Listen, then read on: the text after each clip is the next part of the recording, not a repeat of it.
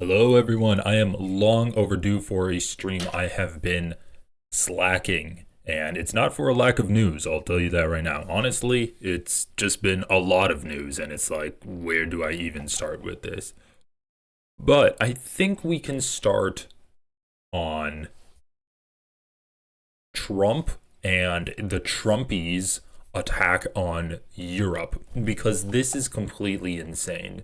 So, we have JD Vance coming out giving a speech about how the European Union is suppressing right-wing freedom of speech, and we need it's too much news.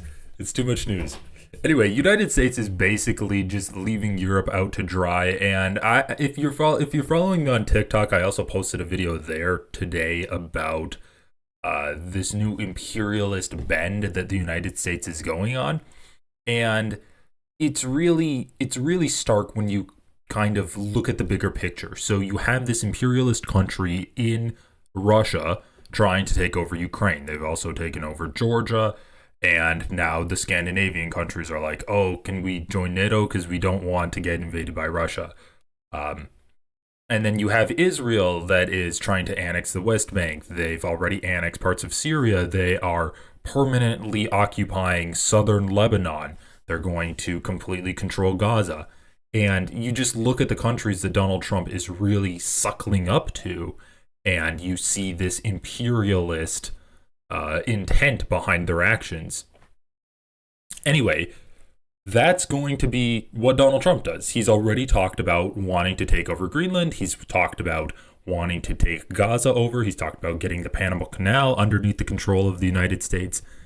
And really, it's not that surprising when you see him sitting down with other authoritarian countries and pretty much like imperialist dictators and almost basically deciding how to divvy up the spoils of these wars that they're waging. So when Donald Trump is having a meeting with Putin, I like over the phone, and then they're also having a meeting in Saudi Arabia, like their state representatives are having a meeting without Ukraine present, that is pretty blatantly imperialist.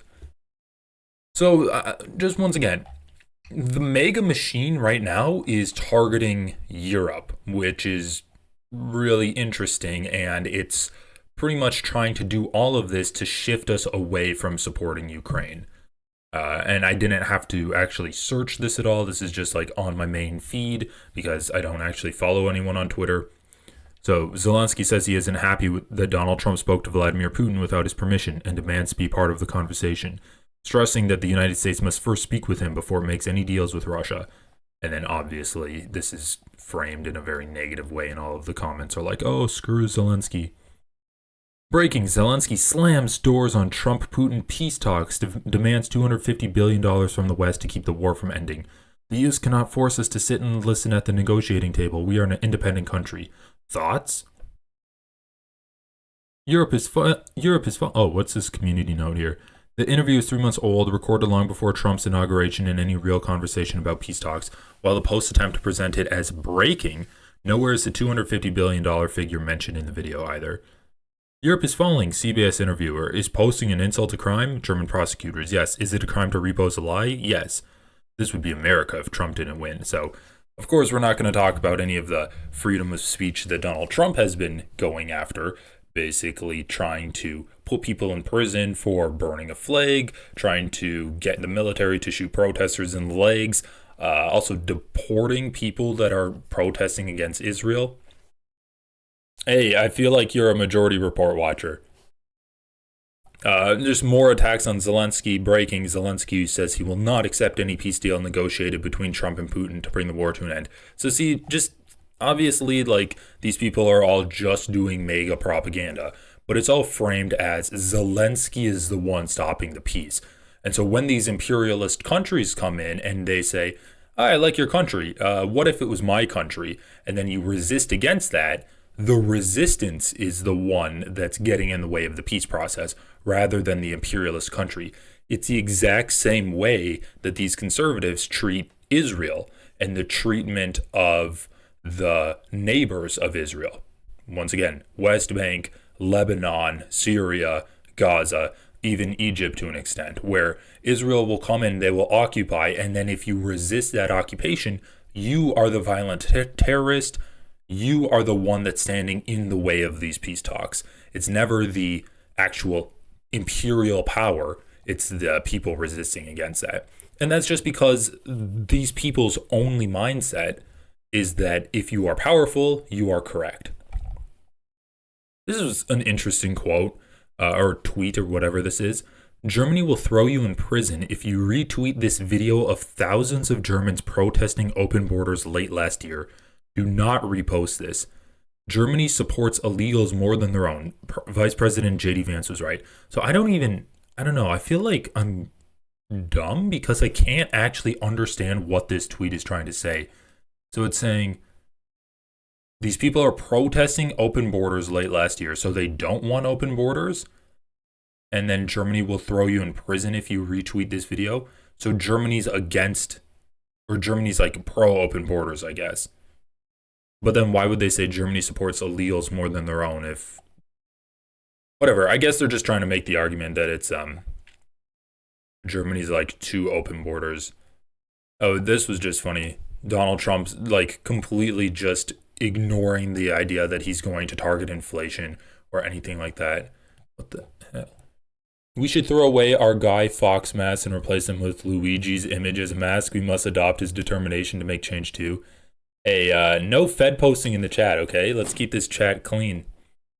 Okay, this was also hilarious. So this is once again, this was literally just 5 minutes of scrolling on Twitter and bookmarking the tweets that were like anti-Europe. So when I say that the propaganda machine is completely targeted at Europe, I mean that right now. Like obviously it's going to be on the top of people's minds because there is the peace talks. We can really call it like imperialist talks between the USA and Russia in Saudi Arabia, another local superpower that's done regional superpower that's done genocide on their neighbors. But just look at this. So this is, what the fuck? This is 18 hours long? No, that has to be minutes long. That has to be minutes. Breaking now, Republicans file articles of impeachment to remove globalist judges blocking Trump/Doge. But we'll just see. Like the first 10 seconds are just all anti-Zelensky. People died by people. By George. Or did they actually edit the video? Help us bring down the bad guy. They might have edited the video. Refuses. But it was all and tip now if your support. Oh my god, he's selling a knife. But it was, oh yeah, I think this is what I was looking at earlier. Purge Constitution not affected. It was all like anti-Zelensky stuff. I think they posted the wrong video and then corrected it. As they're trying. Oh, let's look at this. On and on. It's in the scientific literature. When I was first on air 30 years ago, I was covering. And folks, I can show you 1986. And only party that governed that country. Organisms that lived over the million available. All right. Honestly, Alex Jones is not worth watching, but oh yeah, and then Tucker Carlson. Hungary's Viktor Orban is by far the longest serving head of state in Europe, and by this point has been vindicated on pretty much everything. So when he says that going forward it's Ukraine, not Russia, that may be the biggest threat to the West, it's worth paying attention. So here we go. Like, it's the most blatant thing ever. Tucker Carlson has been doing Russian propaganda for a long time. Most obviously when he went to Russia and he's like, oh, smell this bread. I mean, cue Tim Pool right now where he says, Ukraine is the biggest enemy of this country. It's just insane how anti-Ukraine they're being right now. There was always this anti-Ukraine bend to the Republican Party because they simply are like pro-imperialism.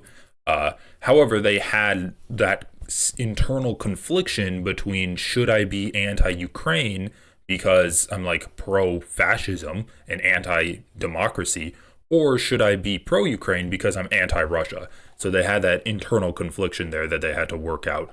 And it's pretty safe to say that they've completely ended up on the side of the pro-imperialism and pro-fascism. Let's take a little bit of a look at this speech that JD Vance delivered to the Munich Security Conference. So obviously JD Vance is like lying about everything that he wants to do. Mr. JD Vance, who was here last year. Oh my goodness. Of the United States, Mr. JD Vance, who was here last year as. But I think like we can try to take a look at some of the rhetoric that JD Vance is using, and I also just think it's comical how uncharismatic he is. Like, let's listen to his introduction because it is just awful. Senator, and we are very happy that he has come back to Munich, and we are very much looking forward to his speech. Please welcome Vice President JD Vance.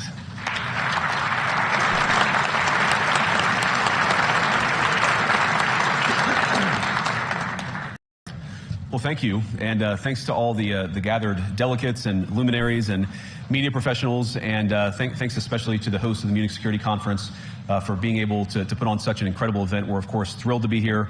We're happy to be here. And, you know, one of the things that I wanted to talk about today is, of course, our shared values. And, you know, it's great to be back in Germany. As you heard earlier, I was here last year as United States Senator. I saw Foreign Secretary David Lammy, and joked that both of us last year had different jobs than we have now. But now it's time for all of our countries, for all of us who have been fortunate enough to be given political power by our respective peoples, to use it wisely to improve their lives. And I want to say that, you know, I was fortunate in my time here to spend some time outside the walls of this conference over the last 24 hours. And I've been so impressed by the hospitality of the... Like, what is he doing? First of all, he comes in and he's like, oh, it's so good to be here. Then he talks about how I saw someone and we both were talking about how we're lucky that we have different jobs than a year ago. Then he goes into, we need to have shared cultural values. Then he goes into, oh yeah, I was walking outside today. Like, this is all incoherent, and it's like 5 different introductions all mashed together. People, even of course as they're reeling from yesterday's horrendous attack.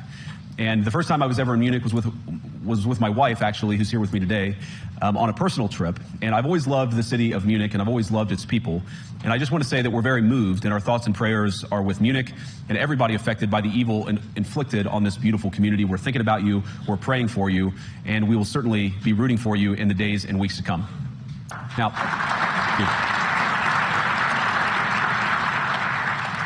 I hope that's not the last bit of applause that I get, but we gather at this conference, of course, to discuss security.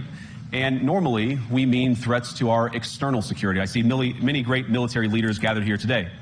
But while the Trump administration is very concerned with European security and believes that we can come to a reasonable settlement between Russia and Ukraine, and we also believe that it's important in the coming years for Europe to step up in a big way to provide for its own defense, the threat that I worry the most about vis-a-vis Europe is not Russia, it's not China, it's not any other external actor. And what I worry about is the threat from within, the retreat of Europe from some of its most fundamental values, values shared with the United States of America. Now, I was struck that a former European commissioner went on television recently and sounded delighted that the Romanian government had just annulled an entire election. He warned that if things don't go to plan, the very same thing could happen in Germany too. Now, these cavalier statements are shocking to American ears. For years, we've been told that everything we fund and support is in the name of our shared democratic values. Everything from our Ukraine policy to digital censorship is billed as a defense of democracy.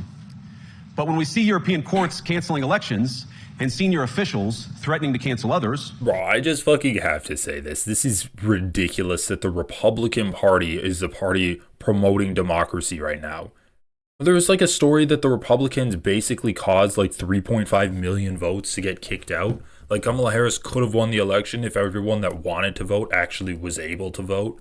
Like, they spend so much of their time trying to gerrymander districts, trying to do voter suppression, and trying to just like override the will of the people by having billionaires and like multimillionaires donating to their party. And they say that they're the defenders of democracy.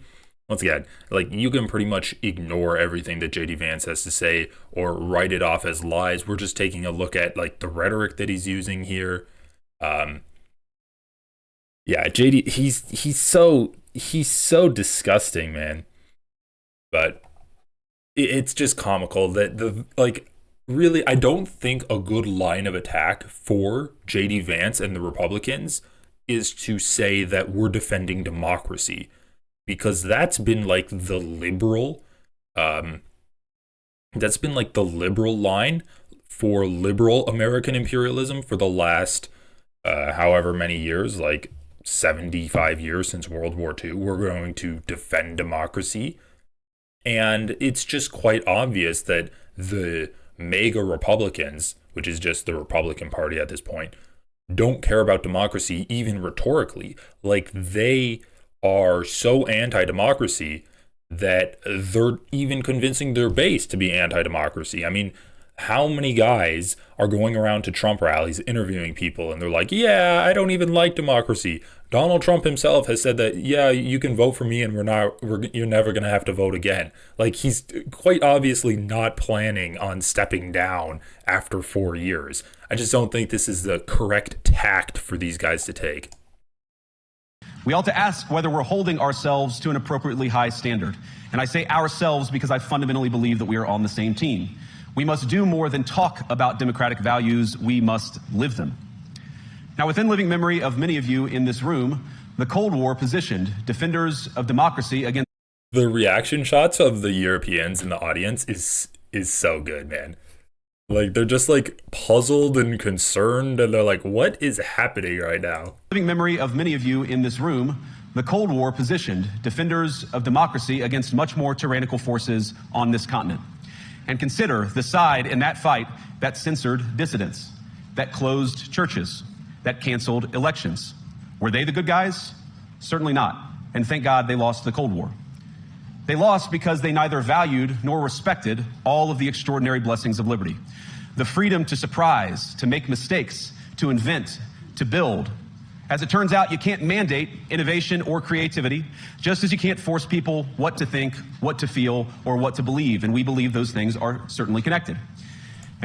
Yeah, that's a good point. Like, this quite obviously wasn't diplomacy. I think it's just JD Vance reinforcing the position that the Trump presidency has, because like, they can only do so many actions so quickly. And really, a lot of the effects that we're seeing of this presidency so far has been due to the rhetoric that Donald Trump and his mouthpieces are spewing forth into the world.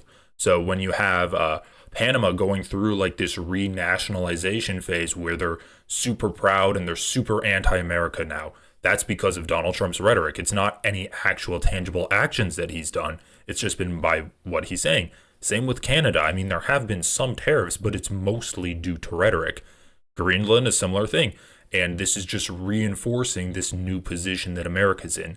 So it's not actual diplomacy. It's not really doing anything other than changing the mood. And you have to think, oh, well, we're really tanking our relationships with these European allies. What do we have to gain from this? Well, if we're tanking our relationship with the European allies, obviously we're gaining with the enemies of the Europeans, which is Russia and Putin. So this is all to really chuff Putin up, and also to embolden far-right groups in Europe and in the United States as well. I've said it before and I'll say it again, but the Donald Trump's presidency has really like three main options, really like two options. It's like Donald Trump wants to empower himself and his oligarch buddies. He's basically an oligarch too, so that's kind of just one thing. And then he also does want to throw red meat to his base. He wants to rile them up. And when they see JD Vance coming up there and dressing down all of these European elites the way they think of them, that really gets them going, and it makes them feel good. It makes them feel like we're actually doing something. And it's kind of the same thing with what Pete Hegseth was doing, where he says we are going to make our NATO allies pay more because America's not going to be there to pick up the tab all the time. Which is essentially like, I think that the Republican Party right now is choosing a new target to scapegoat, and that's our allies. We're actually choosing our allies to scapegoat now to get the base riled up, and it's almost a new branch of the culture war. When Donald Trump says that we have all of these uneven tariff agreements, that makes America, like the mega base, feel like, oh, Canada and China and Mexico, all of these guys are just, they're freeloading off of us. They're getting the way better end of the deal, and I'm having to work twice as hard because they have a better tariff agreement, whatever that means. And then it's like, with Europe too, we're paying so much for the military, and these elite Europeans are just sitting there enjoying their health care, enjoying their trains and their open borders. They're so foolish actually letting brown people into their country. They're going to completely like destroy their culture and their homeland and their heritage and all of that stuff.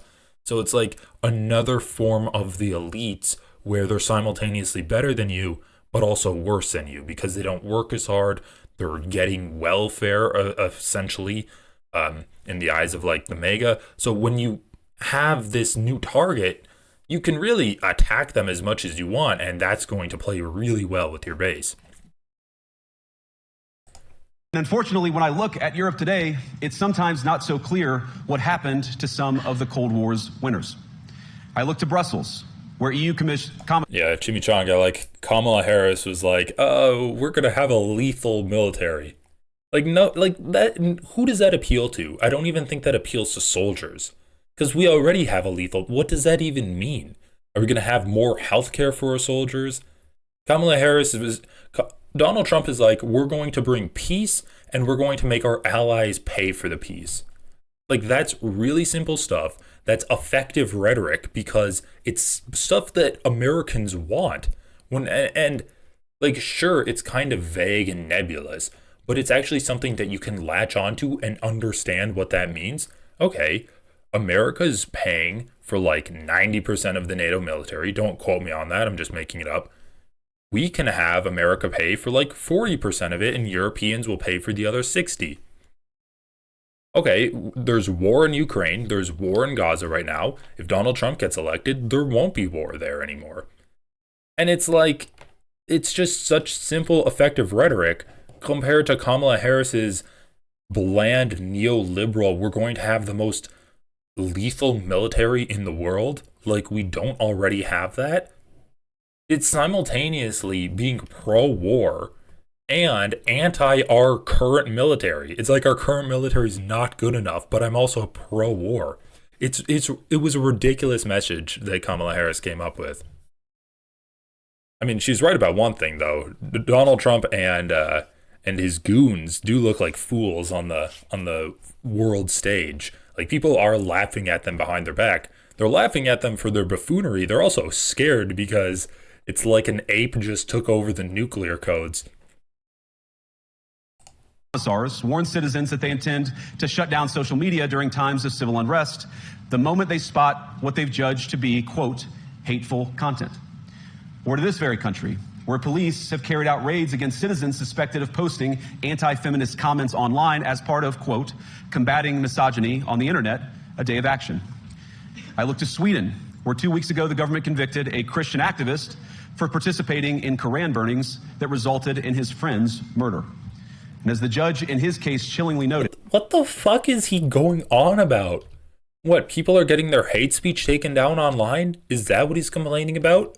Dude, this guy is so uncharismatic. He's like out of breath talking into the microphone. He's super like tight in the chest. Okay.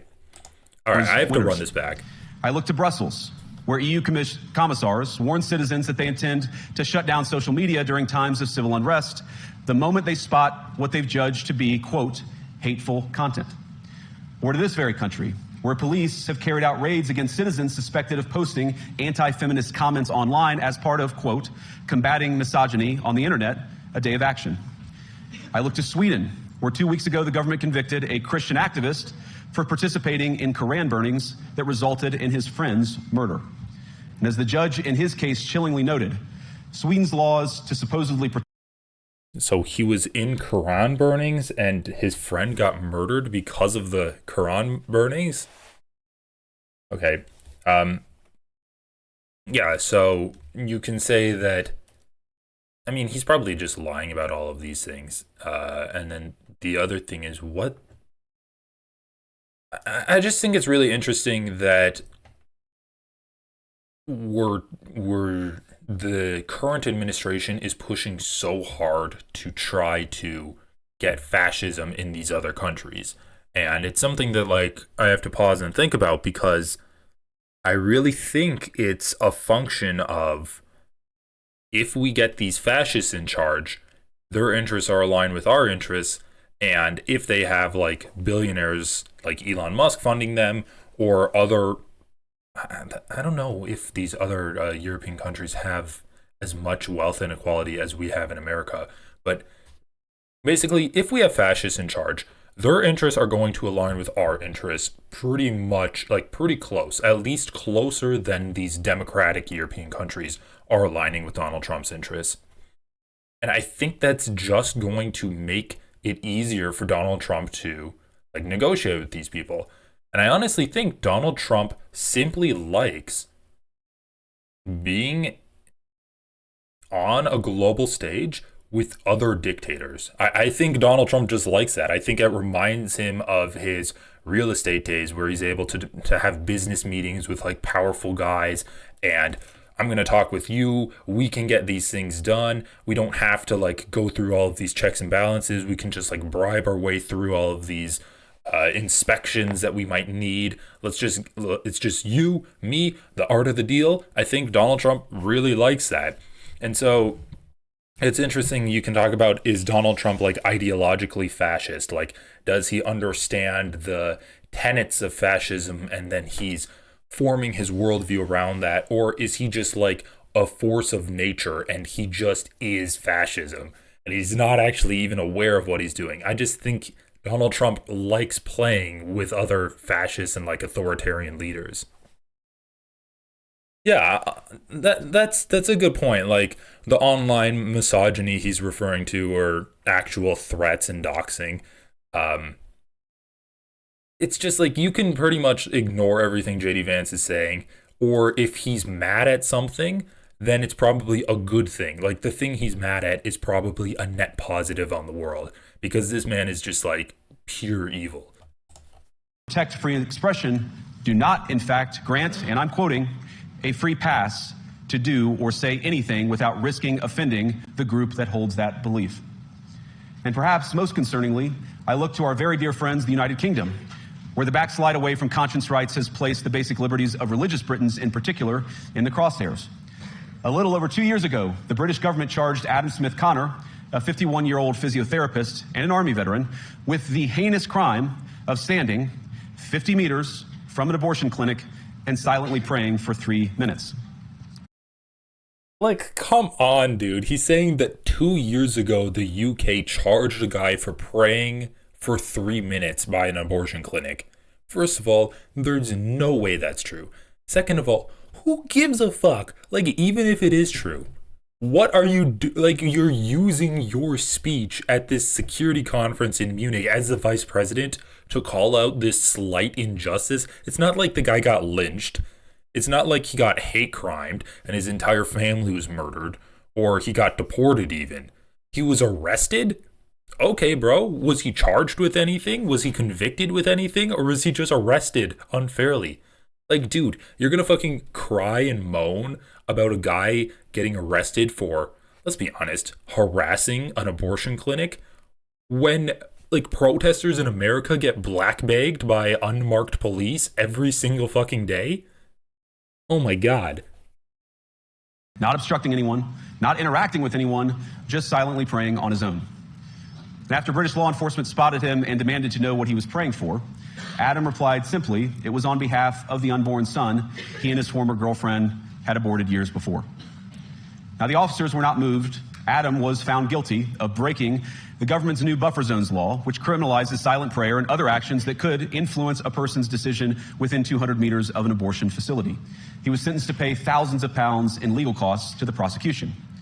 Now, I wish I could say that this was a fluke, a one-off crazy example of a badly written law being enacted against a single person. But no, this last October, just a few months ago, the Scottish government began distributing letters to citizens whose houses lay within so-called safe access zones, warning them that even private prayer within their own homes may amount to breaking the law. Naturally, the government urged readers to report... Like, dude, what the fuck is he talking about? Private prayers is breaking the law now? Okay, I'm sorry. I have to fact check this. Safe access zones. Safe access zones are designed to safeguard a woman's right to access healthcare and protect their right to dignity and respect when they need it most. Okay, let's I guess this is actual fact check. JD Vance abortion buffer zone comments dangerous. The American vice president has been accused of spreading misinformation about buffer. Oh, yeah, no shit. The safe access zones came into force last September and prevents protesters gathering within 200 meters of clinics that perform abortions. A Scottish government spokesperson. Okay, so is he basically saying that if someone's house is within 200 meters of an abortion clinic, they can't have a gathering? Is that what he's trying to say? Like, I'm really trying to steel man what he's saying.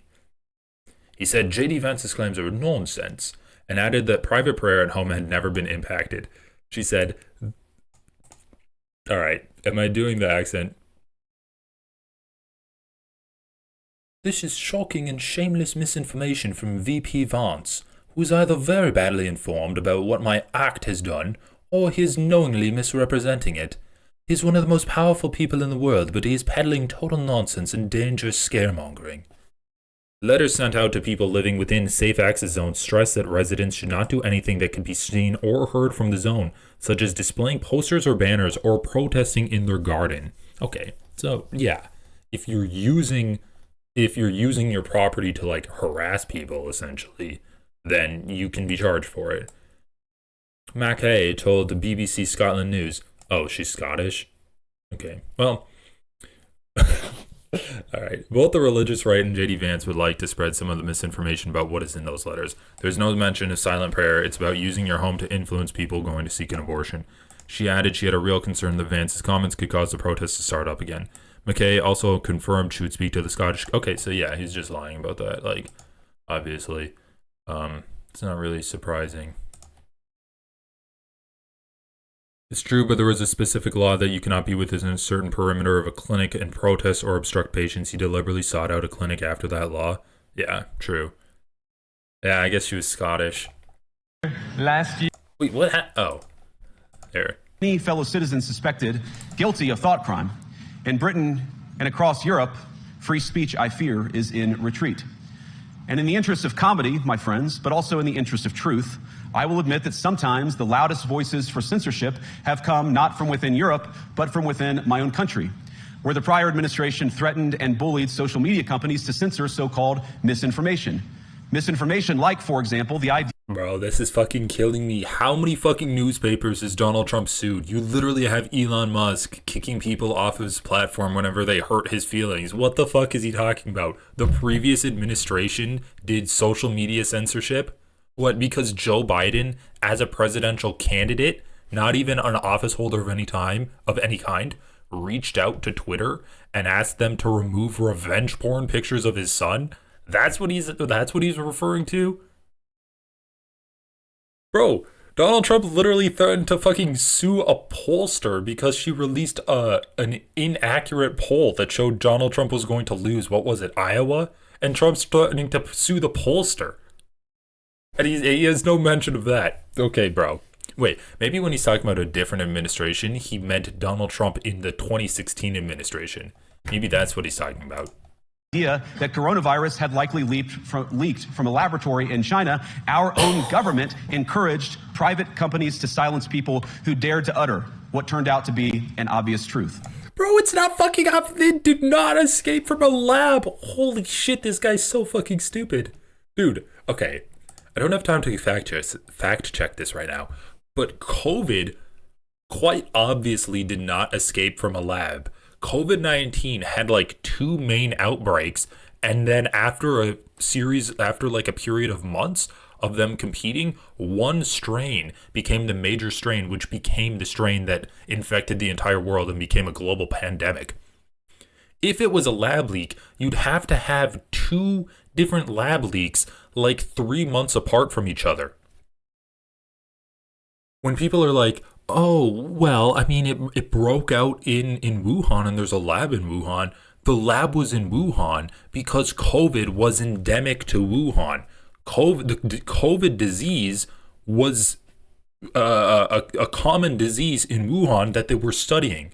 So that's like saying that, I don't know, like a mill, like a water wheel is shooting water out of the river when I don't fucking know.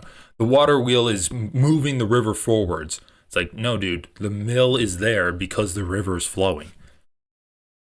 Oh my God. So I come here today not just with an observation, but with... Yeah, I don't know exactly where it came out of, but it's fucking insane, man. Like, there's no evidence it leaked from a lab. And these people are still stuck on it. Like, dude, you can even blame China if you want. You can say that they should have done more to like crack down on those wet markets where there's animals being kept alive and dead and like being sold for meat all in the same stall. You can say that they could have cracked down on that and made their health better. But instead of like blaming China, they're somehow blaming Fauci for wanting to do research on these potentially global pandemic infectious diseases. It's like, how are you incriminating America? I mean, I guess it's just all due to political aims. Like, you can't really campaign on hating China to differentiate yourself from Democrats, right? Because Democrats and Republicans both hate China, but you can campaign on hating Fauci. You can campaign on attacking the deep state. Hey, thanks so much, Joffrey. Yeah, now it comes to a lab. Exactly, Django. Like, is it fake or does it come from a lab? An offer. And just as the Biden administration seemed desperate to silence people for speaking their minds, so the Trump administration will do precisely the opposite, and I hope that we can work together on that. In Washington... Okay, sorry to pause at every single fucking sentence he says, but Donald Trump is doing the opposite. So Donald Trump is encouraging people to speak their minds. Just don't do it in public, because then he'll have his military shoot you in the leg. There is a new sheriff in town. And under Donald Trump's leadership, we may disagree with your views, but we will fight to defend your right to offer it in the public square. Oh shit, is it Jeffrey? Sorry. Square, agree or disagree. Dude, it's like 10 people Now we're at clapping. the point, of course, that the situation has gotten so bad that this December, Romania straight up canceled the results of a presidential election based on the flimsy suspicions of an intelligence agency and enormous pressure from its continental neighbors. Now, as I understand it, the argument was that Russian disinformation had infected the Romanian elections. But I'd ask my European friends to have some perspective. You can believe it's wrong for Russia to buy social media advertisements to influence your elections. We certainly do. You can condemn it on the world stage even. But if your democracy can be destroyed with a few $100,000 of digital advertising from a foreign country, then it wasn't very strong to begin with. Now, the good news is that I happen to think your democracies are substantially less brittle than many people apparently fear. And I really do believe that allowing our citizens to speak their mind will make them stronger still. Which, of course, brings us back to Munich, where the organizers of this very conference have banned lawmakers representing populist parties on both the left and the right from participating in these conversations. Now, again, we don't have to agree with everything or anything that people say. But when political leaders represent an important constituency, it is incumbent upon us to at least participate in dialogue with them. Now, to many of us on the other side of the Atlantic, it looks more and more like old entrenched interests hiding behind ugly Soviet-era words like misinformation and disinformation, who simply don't like the idea that somebody with an alternative viewpoint might express a different opinion or, God forbid, vote a different way or, even worse, win an election. Now, this is a security conference, and I'm sure you all came here prepared to talk about how exactly you intend to increase defense spending over the next few years in line with some new target. And that's great. Because as President Trump has made abundantly clear, he believes that our European friends must play a bigger role in the future of this continent. We don't think, you hear this term. If JD Vance falls in Europe, does the clapping make a sound? Can one hand clap without the other? No, dude, he looks so bad. Like, I don't know what's going on with him, but he just looks uncomfortable in his own skin. Like, you know how most people go home and then they'll like strip their clothes off and relax on the couch and they're like boxers and a t-shirt. JD Vance looks like he comes home and he unzips his face, or like he zips it from behind and just takes it off. That does not look like comfortable skin for him. It's like it's somehow simultaneously loose on the jowls and forehead but scrunched in the middle. It just is so disconcerting. Burden sharing, but we think it's an important part of being in a shared alliance together that the Europeans step up while America focuses on areas of the world that are in great danger. But let me also ask you, how will you even begin to think through the kinds of budgeting questions if we don't know what it is that we are defending in the first place? I've heard a lot already in my conversations, and I've had many, many great conversations with many people gathered here in this room. I've heard a lot about what you need to defend yourselves from, and of course that's important. But what has seemed a little bit less clear to me, and certainly I think to many of the citizens of Europe, is what exactly it is that you're defending yourselves for. What is the positive vision that animates this shared security compact that we all believe is so important? And I believe deeply that there is no security if you are afraid of the voices, the opinions, and the conscience that guide your very own people. Europe faces many... Bro, this is such an insane framing that the mega boys are doing, where they're like basically saying, oh, you are silencing your fascist parties. We need more conservatives that just love Trump, basically. Like that's the whole right-wing German party that Elon Musk did an appearance at and he's supporting. He's like, you know, you guys, you're like silencing hate speech and stuff. You're overturning elections that were interfered in.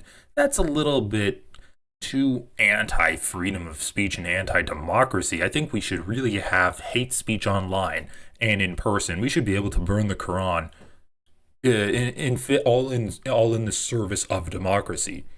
And if you don't serve democracy that way, then I don't know if we can defend you guys, because if you're so afraid of the democracy within your countries, like, do you really need to be afraid of Russia? Like, Russia, do you really need to be afraid of Russia? Do you really need to be afraid of China? Guys, I don't know. You're not fascist enough. I don't think you're going to get our support. So this is literally just like a mob. It's like a mob style where they're leaning on the person. They're like, okay, you're going to give us our taste, right? You're going to put guys in power that are sympathetic to us, right?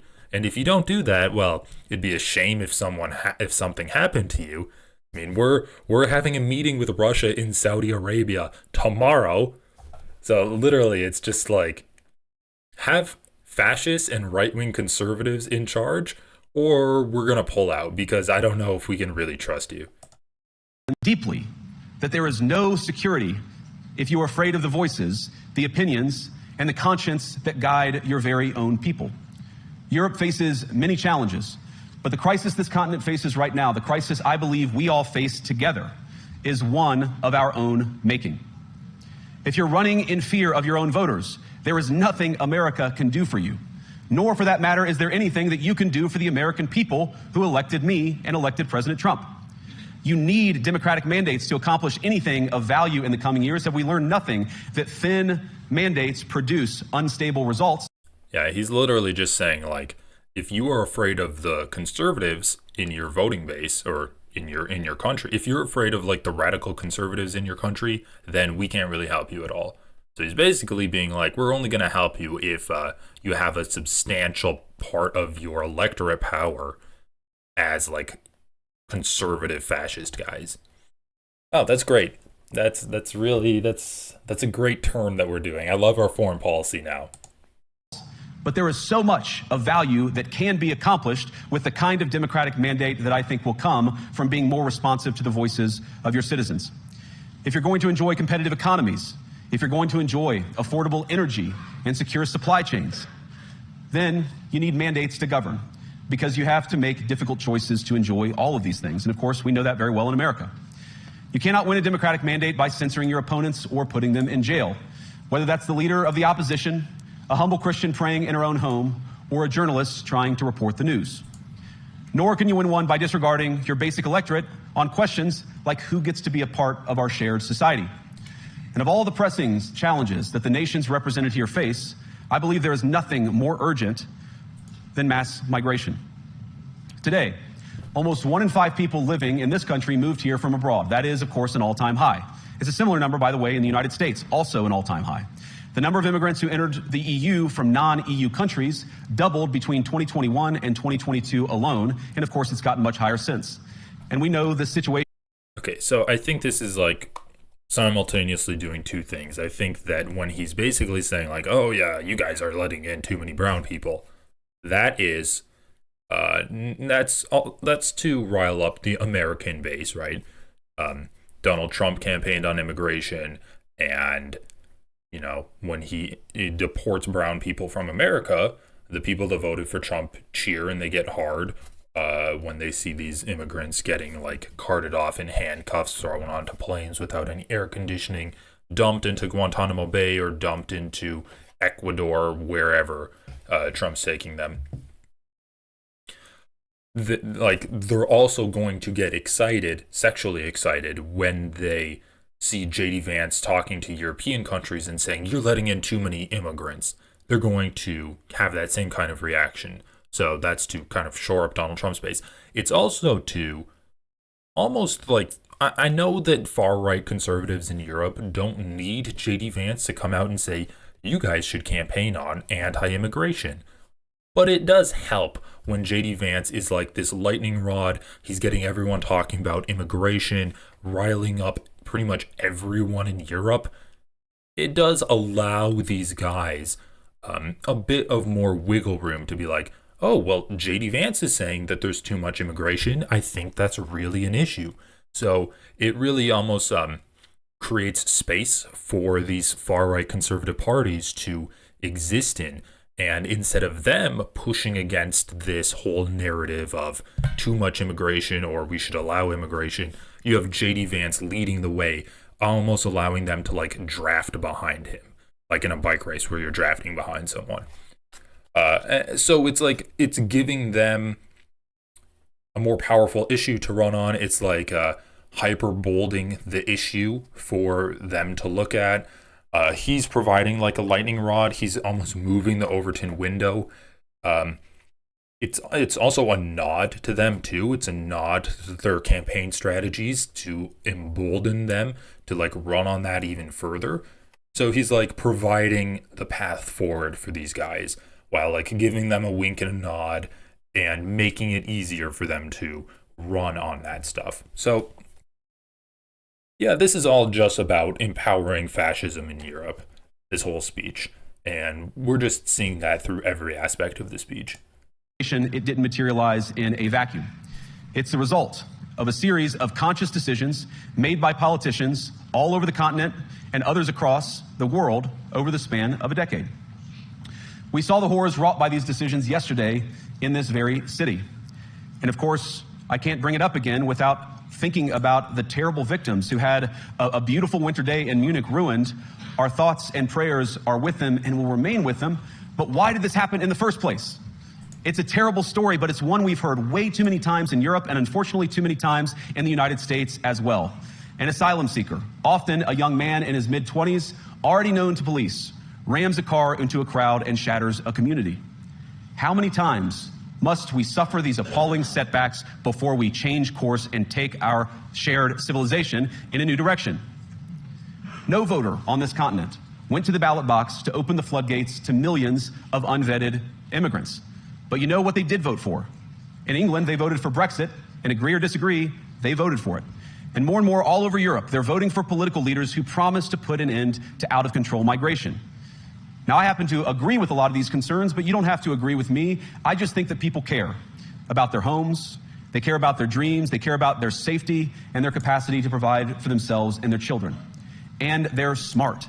I think this is one of the most important things I've learned in my brief time in politics. Contrary to what you might hear a couple mountains over in Davos, the citizens of all of our nations don't generally think of themselves as educated animals or as interchangeable cogs of a global economy. And it's hardly surprising that they don't want to be shuffled about or relentlessly ignored by their leaders. And it is the business of democracy to adjudicate these big questions at the ballot box. I believe that dismissing people, dismissing their concerns, or worse yet, shutting down media, shutting down elections, or shutting people out of the political process protects nothing. In fact, it is the most surefire way to destroy democracy. And speaking up and expressing opinions isn't election interference, even when people express views outside your own country and even when those people are very influential. And trust me, I say this with all humor, if American democracy can survive 10 years of Greta Thunberg scolding, you guys can survive a few months of Elon Musk. But what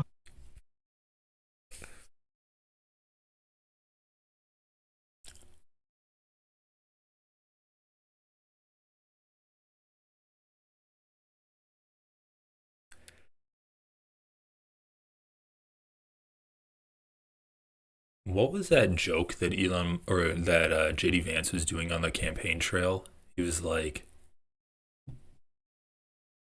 he had some line that he completely flubbed. Like, oh yeah, they'd probably say that. I know that the Good Liars did this thing where they repeated JD Vance's jokes to Trump supporters to make fun of it. There was a whole like, oh, I love Diet Coke. Democrats would probably say that's racist, and people were making fun of him. But yeah, there was some joke. There was some joke where he said the line and then he flubbed it, and he did the same thing here. I think he's just like a nervous little boy, and when he has a joke that he thinks is gonna crush, he gets a little too excited and runs over his own tongue. He gets in front of his skis a little bit. But holy shit, that was so fucking bad. Oh, if you can survive 10 years of Greta Thunberg yelling at you, you can survive Elon Musk. Oh my god. Okay, first of all, like, bro, Elon Musk isn't just giving people his opinion.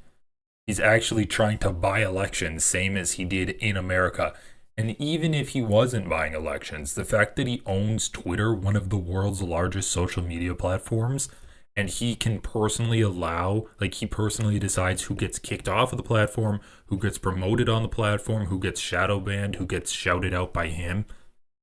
Even if he wasn't actually spending money, that's still election interference. That's still doing more than just posting his opinion. So, I mean, the joke doesn't even make sense. And dude, this is why, like, fascist rhetoric is so weak. You have literally the richest man in the world, and JD Vance is comparing him to, like, how old is Thunberg? Like, 21? Like, a 21-year-old girl? He's comparing him to, like, a climate activist. And he's like, if you can survive her yelling at... Dude, it just shows how weak and insecure these guys are, that he has... on his mind, Greta Thunberg. I haven't thought about her in so long, man. She's not relevant to anyone except for these fucking, like, incel, like, conservative freaks that just live in a cesspool of, like, misogynistic hate just online and in their personal lives every day. Dude, if you go on Twitter, if you go on, like, any conservative area, it's like Greta Thunberg and AOC shit. It's so fucking weird. There's like AI images of AOC either looking demonic or like extra attractive. They just have this weird like fucking sexual frustration where they see a woman speaking out and they have like this weird desire to either try to like murder her or get completely dominated and like spanked by her. It's disgusting.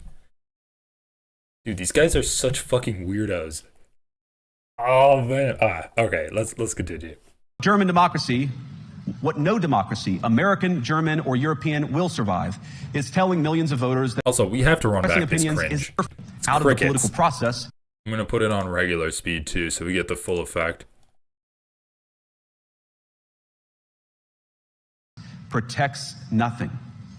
In fact, it is the most surefire way to destroy democracy.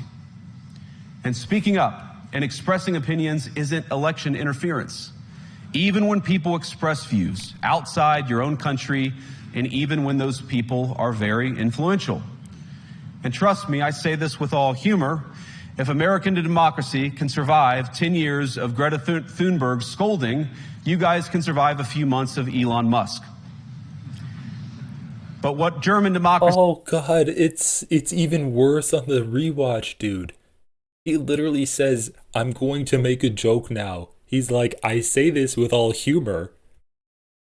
And then he smiles and he waits for applause and laughter, dude. He has a laugh break. Holy shit, dude. Oh my god. I have to say, like, even the mega crowd at these Trump rallies, they wouldn't have laughed at that. That was like, I know this is a tough crowd, but come on, man. At some point, it's your material to blame. See, what no democracy, American, German, or European, will survive is telling millions of voters that their thoughts and concerns, their aspirations, their pleas for relief are invalid or unworthy of even being considered. Democracy rests on the sacred principle that the voice of the people matters. There's no room for firewalls. You either uphold the principle or you don't. Europeans, the people, have a voice. European leaders have a choice. And my strong belief is that we do not need to be afraid of the future. You can embrace what your people tell you, even when it's surprising, even when you don't agree. And if you do so, you can face the future with certainty and with confidence, knowing that the nation stands behind each of you. And that, to me, is the great magic of democracy. It's not in these stone buildings or beautiful hotels. It's not even in the great institutions that we have built together as a shared society. To believe in democracy is to understand that each of our citizens has wisdom and has a voice. And if we refuse to listen to that voice, even our most successful fights will secure very little. As Pope John Paul II, in my view, one of the... Okay, I'm sorry. I'm not listening to Pope John Paul. So this is like even more insidious than I was thinking the speech was going to be, because like Django says 1984 style democracy, and honestly, it's true. Like, when you just use democracy to describe when the people that you agree with wins, and if they don't win, then it's not democracy, which is what we've been seeing since 2020. When Trump lost, the election was stolen. When Trump wins, that's democracy working perfectly, even though there was literally millions of votes thrown out due to voter suppression. And we don't actually have a true democracy with the whole electoral college, and DC doesn't have like electoral votes, Puerto Rico doesn't have electoral votes, let alone all of that. Donald Trump won, so it's a perfect democracy, and he has the mandate of the people. When the fascists win, that's democracy. When they don't win, that's being not democratic, and since you're not being democratic, I don't know if we can support you. This is as blatant as it can really get if you not even read between the lines, but just are able to cut out all of the just mouth diarrhea bullshit that JD Vance is spewing.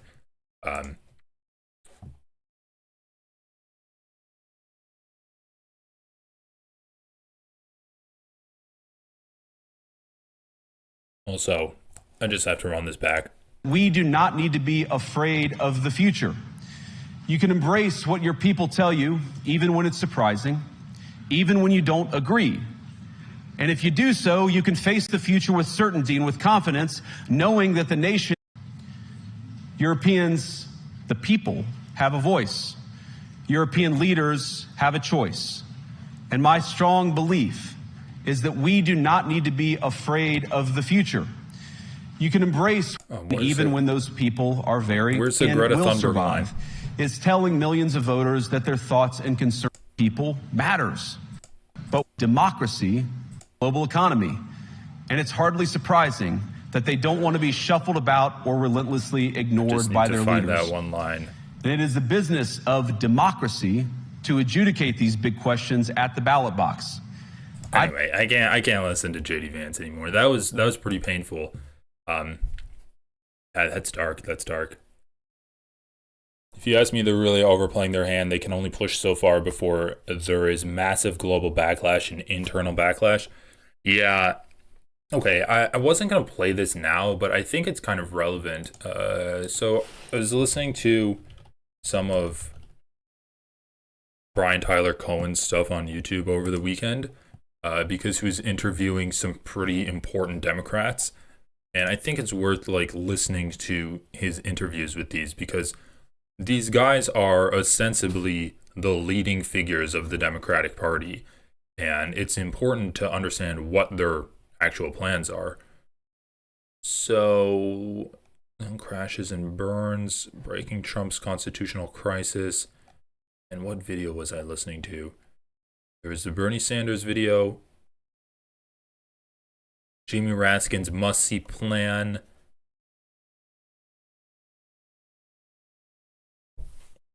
Might have been a few days old. Oh yeah, this one. Trump's constitutional crisis surges into spotlight.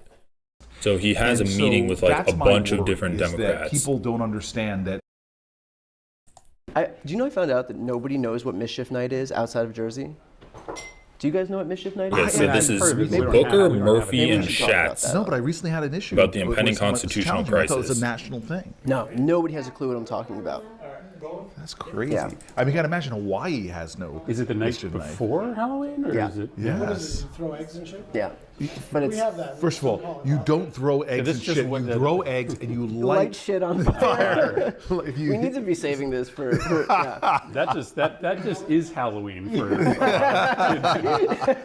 of the right age in Connecticut. I'm joined now by Senator Schatz, Senator Murphy, and Senator Booker. Thank you guys all for joining me.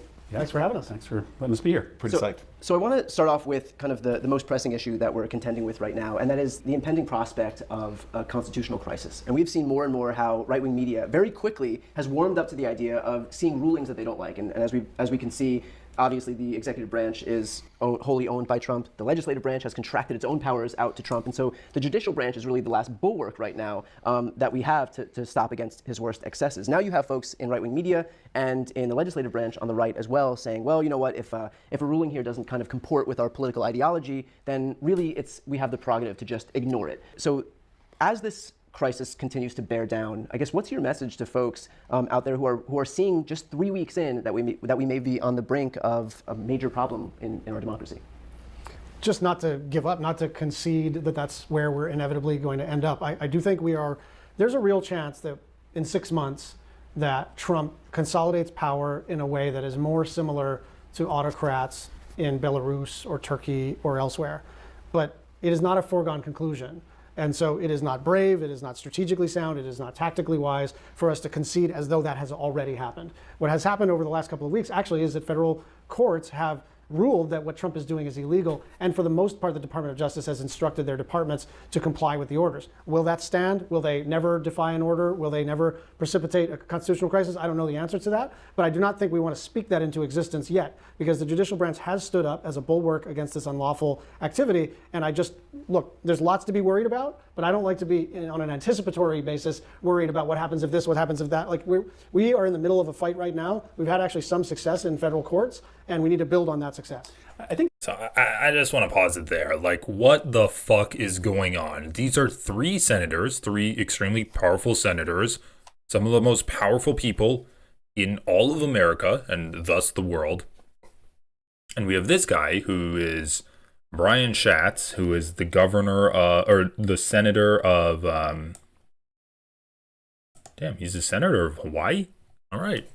Good for him. He's the senator of Hawaii, and what his response is when Brian says, "Okay, how are we going to deal with this guy completely dismantling American democracy?" His response is, "We shouldn't worry about that yet because some courts have actually put a pause on the actions that Donald Trump wants to take.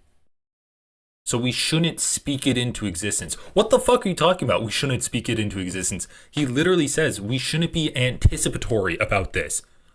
So he's admitting he doesn't have a fucking plan. Yeah, dude, everyone knows this is eventually going to go to the Supreme Court, and the Supreme Court has already sided with Trump in like the most pivotal cases. The Supreme Court is extremely conservative, and they're going to side with Trump again. And this guy's like, we shouldn't anticipate that because it's not there yet. The fuck are you talking about, dude? This guy's a fool. Dude, this pissed me the fuck off. I'm like, these are the senators of the these are some of the leaders of the Democratic Party, and they're saying we shouldn't be anticipatory about a constitutional crisis happening because it's not happening. Hold on, I just gotta run this drivel back. Will that stand? Will they never defy an order? Will they never precipitate a constitutional crisis? I don't know the answer to that, but I do not think we want to speak that into existence yet, because the judicial branch has stood up as a bulwark against this unlawful activity. And look, there's lots to be worried about, but I don't like to be on an anticipatory basis worried about what happens if this, what happens if that. Like we are in the middle of a fight right now. We've had Oh, guys, he doesn't like to be worried on an anticipatory basis about if this happens, then that's going to happen, then this is going to happen. He just doesn't like to be worried, dude. He's from Hawaii. Look, he's wearing a Hawaiian shirt. He's cool. He's just a chill bro. He's just a chill bro from Hawaii. Look at him. He's wearing a lei. Where's this picture of him in a Hawaiian shirt? How come that didn't pop up? It's pissing me off. Yeah, guys. You're worried about fascism taking over the world. This guy's just worried about when he's going to catch his next wave. He's just chill. He doesn't like to be worried in an anticipatory context of what's going to happen. Is there a chance that Donald Trump just completely ignores the rulings that these federal judges are giving out, or he challenges the rulings and takes it to the Supreme Court and then they're going to side with Trump? Yeah, there's a chance, but why worry about that? It's not happening yet. Like, dude, the fuck is going on in the Democratic Party right now? I'm serious. Like, you need to call your senators, you need to call your representatives and get them to do something. Be like, can you tell me what you're planning to do to fight against Trump? Like, I know it's not much and it's not concrete, and it is good to call in with a concrete thing, but our Democratic representatives are not doing anything right now. They're not doing anything. They're making tweets. That's what they're doing. Like, oh my God. Okay, this is honestly what I think they need to do. I think what senators need to do is what Bernie Sanders is doing, where he's going around the country and he's hosting town halls. Like, I think it would be a great help if you call your senators, you call your representatives and say, can you host a town hall in like the state or the district so that you can hear the concerns of voters that elected you to represent them? I think that we really need to just open up like the first step, because it's quite obvious the Democratic senators and Democratic Party members are unwilling to do any kind of work to push back against Trump. They're just saying that, oh, he's doing things that are illegal, and some lawyers are challenging it, and like 50% of the cases, probably not even 50%, but some federal judges have put a pause on the just atrocities that Donald Trump's trying to commit, like the blatantly illegal and unconstitutional actions Donald Trump's trying to commit. Some lawyers have put a pause on that. But, that's probably good enough, right? Let's just cross that bridge when we get there. I think the first step that we need to do is create a larger amount of access to our representatives and make their lives shitty. I don't want guys like this to be chilling and joking on a podcast with Brian Tyler Cohen. And I'm not blaming BTC in this, because he has to be sycophantic to these guys to some degree so that he can have that pipeline. And I do think he does like a pretty decent job of pushing back, and I think he does a good job in general of like spurring the Democratic Party to some kind of action. However, it's obviously not enough, and I don't want these guys to be sitting in this podcast booth thinking that they're doing something when they're saying, I don't like to be anticipatory about Donald Trump completely dismantling democracy, because we're not completely dismantled yet. It's ridiculous. So I really think that like the first step is making your displeasure known to your Democratic representative. Even your Republican representative, like, talk their fucking ear off. They do not like getting calls because those calls are logged and they have to like deal with that at the end of the day. Even if it's just like, oh, my time was wasted because I had to have a meeting with my staffer talking about all of the different calls that I was getting. Even if it's just that. But let's play this a little bit more. We don't have to listen to the whole 20 minutes of it, but just this beginning was so eye-opening at how complacent the Democratic Party is. Also, guys, I need you to just keep one thing in your minds. There are some Democrats who are ideological and they actually want to make the world a better place. You can think of guys like Bernie Sanders, even Elizabeth Warren, AOC, I think Ilhan Omar, Rashida Tlaib. These people are ideological.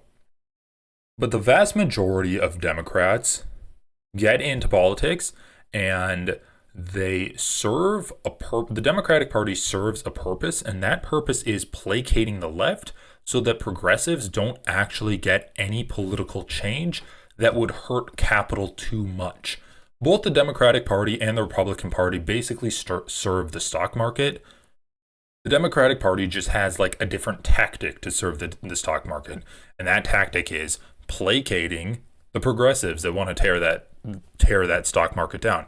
So when it seems like they're not working towards progressive ideals, like obviously they're not, that's their job to not work towards progressive ideals, but like there's a difference between not being as progressive as Bernie Sanders and tearing down the government.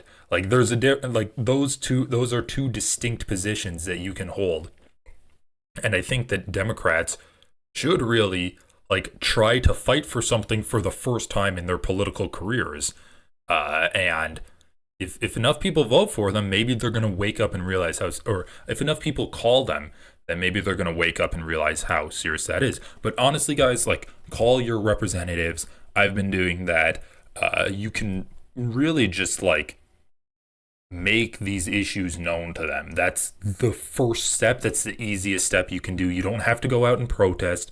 You don't have to get beaten down by cops. You don't have to like call in sick for work or stand in traffic.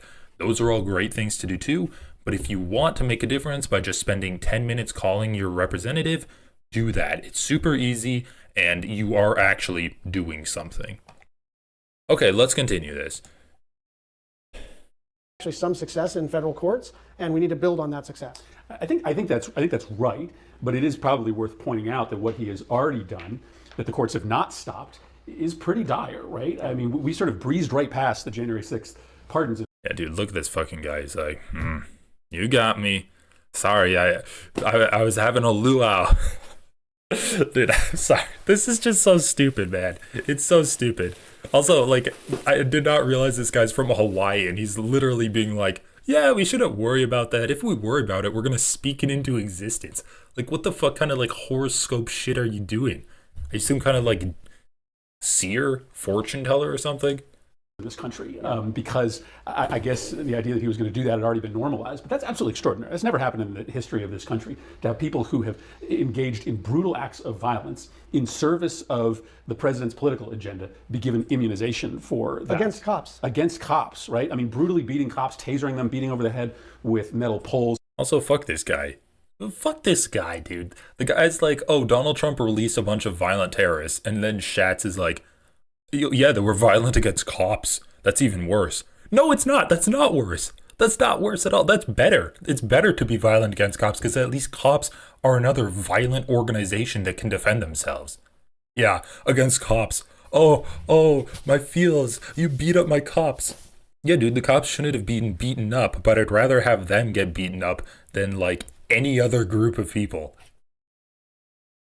That happened. The courts cannot overturn that, and it has real consequences for our democracy. And that stands in a list of things that he has done and already gotten away with that pose an existing danger to our set of democratic norms. So I agree with Brian. So far the courts have done their job. That might not hold, but there's also a series of things that Trump has done that signals we're in for a really rocky road, and that people have to be ready to raise their voice at really, really, really loud, perhaps unprecedented levels.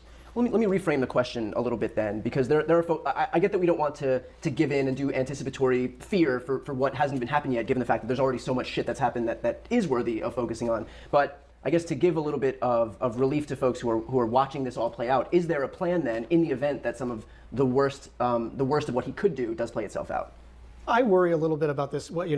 Is there a plan? Politics in a campaign or in a legislative context, or if you play chess or you play poker, you cannot come in and say, if he does this, I'm going to do this. If he does this, we have to actually be responsive. And because they're in charge of the government, we cannot map out our strategy for the next 3 months. We are working strategically, but that's different from being able to articulate, here's what we're going to do on March 14th. Here's what we're going to do on March 22nd. That's not actually how. Bro, I think this guy just hates plans. He's like, nah, we're not there yet. I'm not gonna have a plan for it. Then Brian Tyler Cohen's like, okay, yeah, but we should have some plan, right? And he's like, well, I mean, what? You want me to know where I'm gonna be on March 14th? It's like, no, dude. Just have like a general idea of what your response is going to be when it inevitably reaches the Supreme Court and all of these lawsuits get overturned by the Supreme Court. Come on, like, this is basic shit. Oh my god. Okay. Yeah. No, but it's in poker. What is this analogy? Also, politics isn't like poker where you can have a plan for everything. Okay. This works. We have a strategy, and Corey has talked about it a lot, but it's basically where we can use legislative leverage, we will do so. Where we can significantly slow down the process, we will do so. But really, to me, in addition to the court battles, what we need to help to do is build a citizen movement. Any movement that has successfully fought autocracy has had the moral high ground and the political high ground of not 500 people at an office or 300 people at a town hall, but hundreds of thousands of people peacefully in the streets standing up for American democracy. So to me, our collective goal is to build that citizen movement. We have a role to play in exercising power where we have it, but the only way you beat autocracy is with people power. Yeah, look. Okay, I think we can end it there. I mean, it's probably worth listening to more of this, but it's getting late, and I do want to cover some of the H3 stuff, but holy crap. It's so ridiculous how this guy is a fucking sitting senator, and he's like, really the only way we can fight back against this is if we have like a 100,000 man march in the streets. We need this grassroots movement to fight up against it, because at the end of the day, the only way to beat authoritarian people is by having like a mass protest movement. Like, dude, you're a fucking sitting senator. There's nothing you can do except, like, I guess slow down legislation, as you said. Okay, so you can slow down legislation. Oh, wait, massively slow down legislation. And then he's saying that, oh, no, guys, I'm just a small bean senator from Hawaii. You guys are going to have to go march in the streets, and you're going to have to affect the change. Bro, what? The fucking point of marching in the streets is to get your elected representatives to change their mind. All right. Anyway, so Democrats have no plan, okay? He doesn't talk about campaigning. He doesn't talk about propaganda that we're going to use. He doesn't talk about any narratives that we can use to attack Trump in the most effective way. Yeah. As your representative, my plan is to wait for a grassroots response. Like, you can't make this fucking shit up. Anyway, man, it's so fucking infuriating.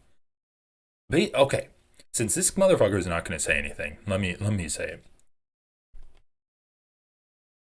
Elected representatives need to obstruct legislation as much as possible, and it's going to be extremely hard to do because Trump is not actually doing any legislation. He's just doing everything through executive order. You can still try to obstruct those executive orders through the courts, and that's going to be something that you should do. When you are an elected representative, you have a pretty big platform. You have a large loudspeaker that you can use to amplify ideas. You need to coalesce around a singular narrative as these elected representatives and start hammering Trump. You need to start campaigning. When this motherfucker talks about doing, oh yeah, we just need a grassroots movement, he needs to be involved with that too. He can't just be like, okay, it's on you guys now. Water off a duck's ass. I'm just gonna go out and chill in Hawaii. I'm just a chill guy. I'm not gonna anticipate anything. He needs to be actively involved in building this grassroots movement. not only with his Democratic voters, but also go to districts that didn't vote for the Democrats and campaign there, get them involved. Make it much more easy to get involved in not only the Democratic Party, but just local community movements and groups that anyone can just go to, hang out at, do some volunteering, learn about politics, and just get participated in community building. Like, this is pretty basic, like, politics stuff. It's just that I feel like these Democrats don't know how to campaign. They just don't know how to campaign at all. So yes, you can resist legislation as much as possible, but what we really need right now is just a party that knows how to campaign. I mean, we just watched JD Vance give essentially a campaign speech to the security summit in Munich. He gave a campaign speech for far-right groups in Europe. He literally like laid out the framework for what their campaign should be. Okay? The Republicans never stop campaigning. Their propaganda machine is never turned off. The Democrats are caught with their pants down. Donald Trump is just like blasting them with a fire hose, and they don't know what to respond to.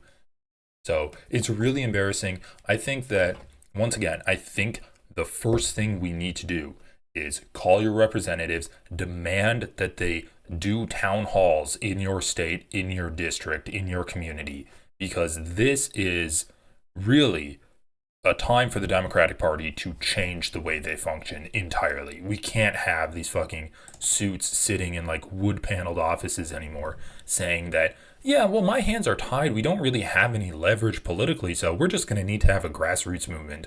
And then they're just like, all right, we're good, right? Grassroots movement? That usually, I've seen movies before. Mass protests usually stop authoritarian leaders.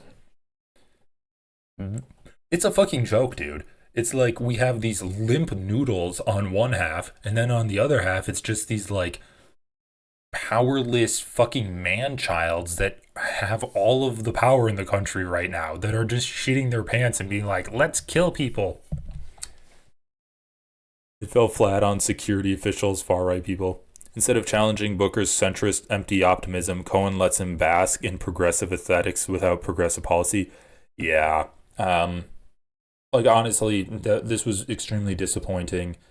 I think Cohen, like, does a good job, usually. And honestly, like, the thing is this. I think Cohen could push back against these guys more. And I think his personal politics are more progressive than these guys. And I think that he does have a higher sense of urgency of the threat of fascism that Donald Trump brings than these politicians do.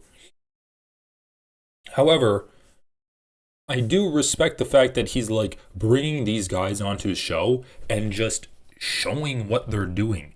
Like, obviously it's in a positive light, but for people that are critical, like, I think the Majority Report would have a field day reacting to this. I think Kyle Kalinske would have a field day reacting to this. Hassan would have a field day reacting to this. It's also important to put a highlight on, like, put a spotlight onto these Democratic leaders, because we need to know where they're at. And if they're not willing to talk to people like Hassan or like Sam Cedar or like Kyle Kalinske, at least we're going to have like a guy who's not as ardently progressive like Brian Tyler Cohen, letting them talk and just putting a camera in their face, man. So like there's a place for BTC in the ecosystem, so I really don't fault him at all. Okay, politics is depressing. You know what else is depressing? Ethan Klein. It's honestly getting bad, guys. It's getting really bad. So I haven't been covering him for a while. Also, Django, by the way, thank you for your super chat. Definitely appreciate it. Yeah, that's the thing. We just need like new politicians. So what's going on? What's going on with H3? That was the soundbite. What was the soundbite?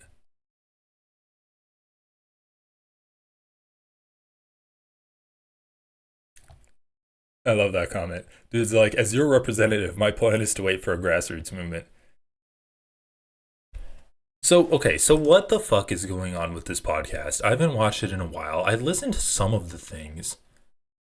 So I think the last thing I watched was like Hassan Piker is a cowardly liar. Is this the one where Gila calls in crying at the end? Because I missed that part and I haven't watched it yet. So I'll go back and watch it with you guys. I'm just gonna close some. Oh shoot! I closed the Instagram tab.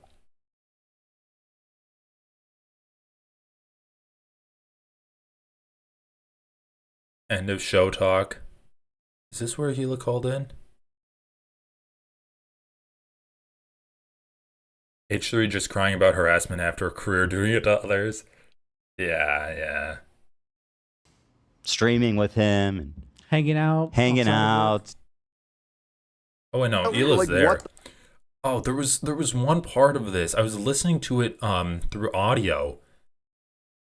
And there's just a soundbite that I need to start getting a soundbite machine for this stream, because there's some amazing soundbites that I'm missing out on.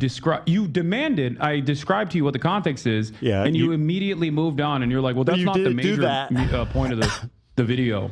You didn't do the context thing. You didn't explain At a certain point. What's this most replayed part? A lot of people on the fringes, a lot of people who element. Spite educational. I don't know what's the. Well, I just think in the. How do we categorize the video? Yeah, Django, that's a good point. He does have that like cartoon devil facial hair now. The metric spite. So we're talking about like what the underlying like motivation is essentially, right? Because I feel like the first one was from an educational point of view. We wanted people to know. God damn it, Aoki. You had to do that in a super chat, so you're making me read it. I reckon Ethan won't ever respond to you. He'd be too intimidated by your beautiful blues. Hey, thank you, appreciate it. Great hair. Before the shave, oh my god. And big brain. And you're not... Okay, dude, I'm not gonna read you sucking me off, but appreciate it. No, I think the real reason Ethan won't react to me is because I do like long-form content, and I actually criticize him, but... It's like critical, or it was like... But it is true, like, he does seem to go after people that he can easily debunk. Like the guy that made the video saying like, oh, you're supporting Ethan Klein, and he like shows the Sig Hail that Ethan did. Like, that was hilarious. And then they reached out to ask to interview him. Focused, or I don't know. Yeah, educational seems fine, maybe. Or he's your Mocha Joe. What you're gonna open a spite store, dude? What is the opposite of spite? It's got to be like encouragement. Goodwill. Goodwill. Benevolence. Well, there ain't none of that. I'll tell you that. None of that. Bro, was Hila drunk in this episode? Like, she was acting real crazy with it. Anyway, guys, what's the episode where she called in crying? Because I was... Oh, I think it was this one. Podcast poker! Oh. Alright, well... If you want to comment nice things about me, do it, don't do it in a super chat, so you make me read it.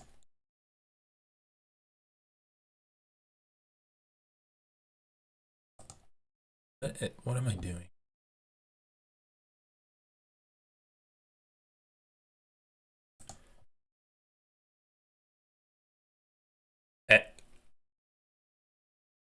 Dude, don't make me respond to his weird videos. I don't want to see them. I'm sorry.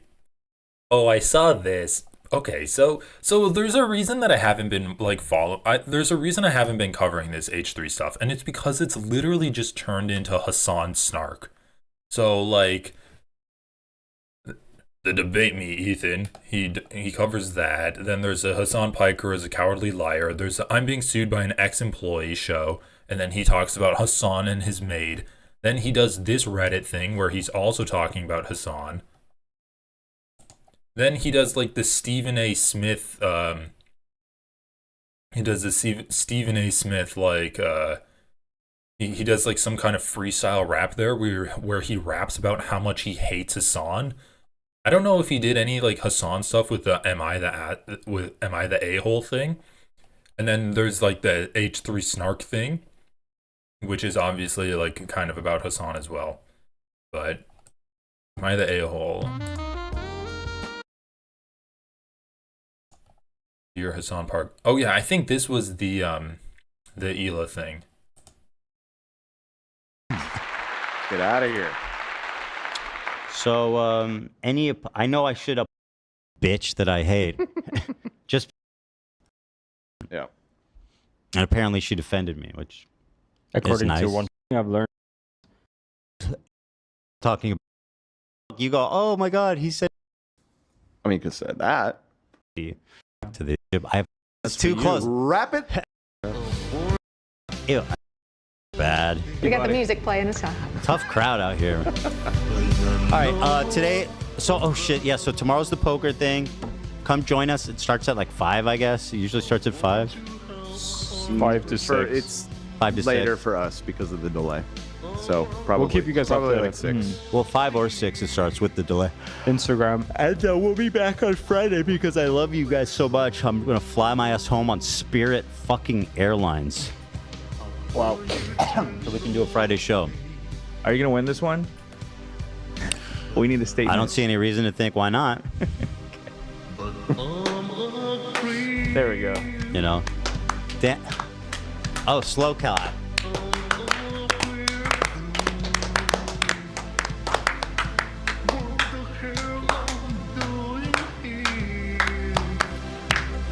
Holy shit, dude. This copyright-free music fucking sucks.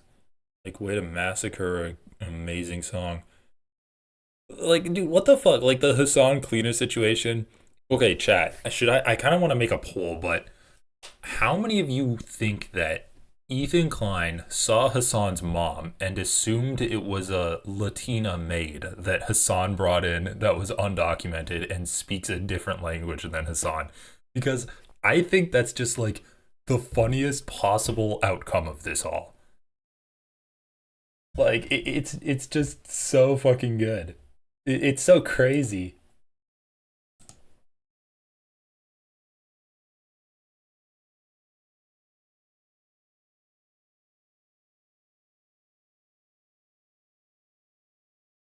Oh yeah, this is what I wanted to watch. Okay, I think I found it. You do think it was Hassan's mom? All right, let's watch this. To say who he is, whatever you guys think, I don't care. I mean, because I think they cut this part out of their podcast. Because this is definitely the podcast, right? We were just watching it. Shit, what was it? It was the debate me, being sued by an ex-employee. Yeah, it was this one. Because Ethan's wearing the same hat. And, like, the creep music is playing. So, let's just see if they cut it out. You guys, oh, that was so close. That's the beauty. That's me. I'm the last line of defense, but deeply. Of course, I'm talking. Like, fucking XQC always gets hated by everyone, and then next week, everyone's chill. You know who's the problem is Ludwig's girlfriend. Wait, what are you saying? The video is Dear Hassan Piker at 1 hour 8 minutes. But what about it? Dear Hassan Piker? The problem is his girlfriend just doesn't put out. Of course, I'm talking about Hassan, his actual girlfriend, the one that he actually defends. No good. What? Wait, he's talking about Hassan again? Get out of here. So, I know I should apologize once again to Denums, the dumb fucking bitch that I hate. Just because I was wrong about her sleeping with Destiny. I spoke out of turn there, and I apologize for that, even though I despise her for every other conceivable reason. Is there anything else I should emphasize? That Cutie Cinderella didn't do anything wrong. Cutie Cinderella's innocent. Yeah. And apparently she defended me, which according is to nice. one chatter. Yeah, according to some random chatter. Which, you know, Twitch streamers, one thing I've learned, they're very forgiving. Like, they always have these massive meltdowns. Like, fucking XQC always gets hated by everyone, and then next week, everyone's chill. You know who's the problem is Ludwig's girlfriend. The problem is his girlfriend just doesn't put out. Of course, I'm talking about Hassan, his actual girlfriend, the one that he actually defends. No good. Okay.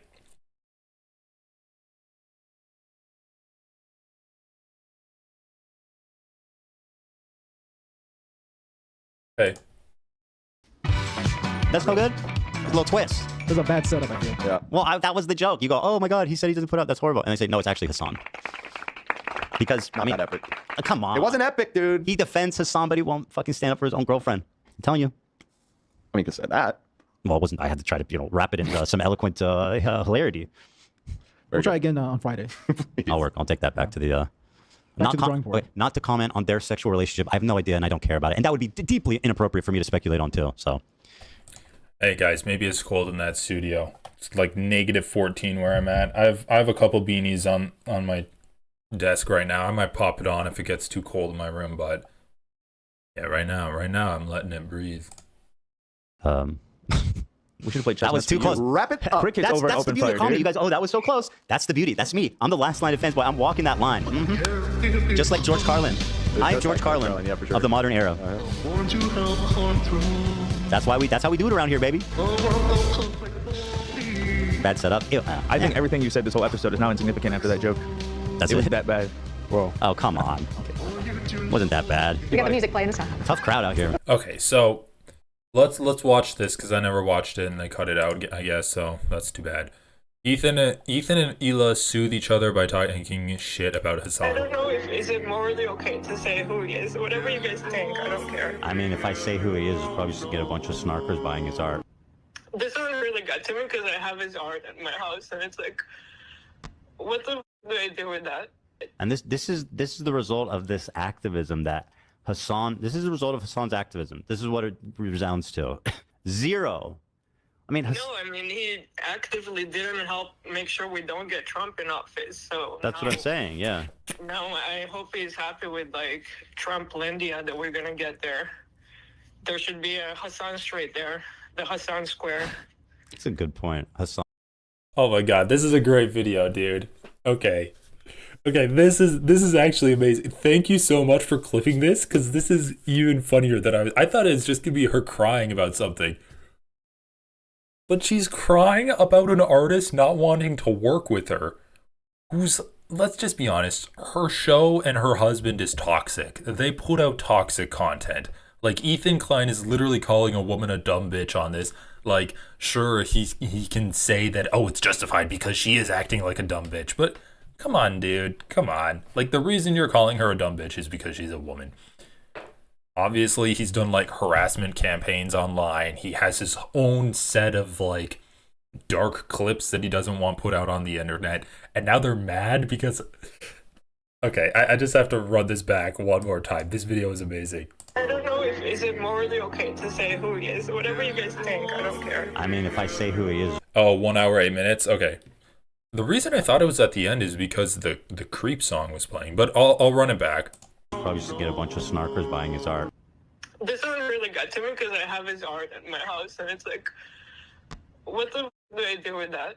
And this is the result of this activism that Hassan. This is the result of Hassan's activism. This is what it resounds to. Zero. I mean, he actively didn't help make sure we don't get Trump in office. So that's what I'm saying. Yeah. No, I hope he's happy with. Dude, it just on the face of what Hila's saying, it doesn't make any sense. She says he actively didn't help. How do you actively not do something? That's literally like opposites. You can't actively not do something. Okay. All right, let's just run this back one more time. Wait, did I close the tab? 1 hour, 8 minutes. Hila calls in. All right, we'll just do this whole thing. Hila sent a message, wanted you to see this Instagram post. Let's see here. I mean, the artist I wanted to collaborate with decided I don't want to be associated because I'm Israeli. Here's a quote. Sorry, I can't be associated with this company. Thanks for considering.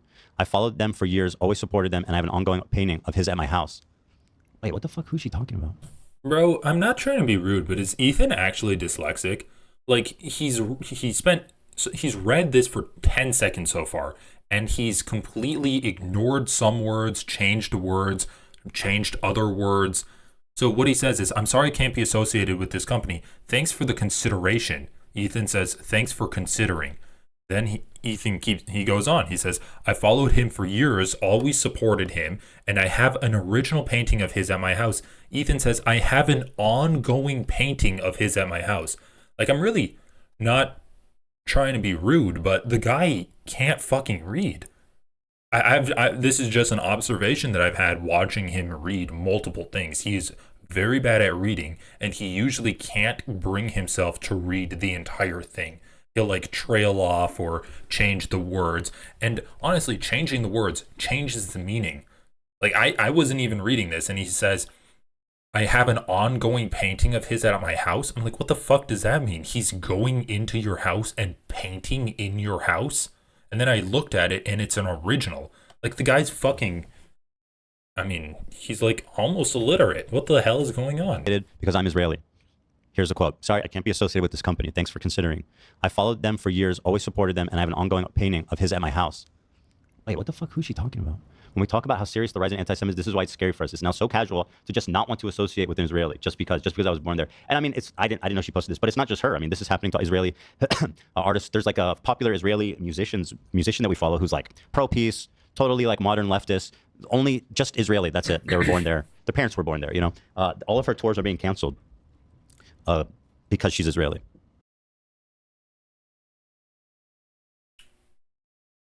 Okay, so I just have to say, like, when someone says, oh, I'm getting canceled because I'm just Israeli, or I'm getting canceled because I'm just Jewish, that's like 100% of the time. Like, usually people will say 99% of the time, but 100% of the time, that's not true.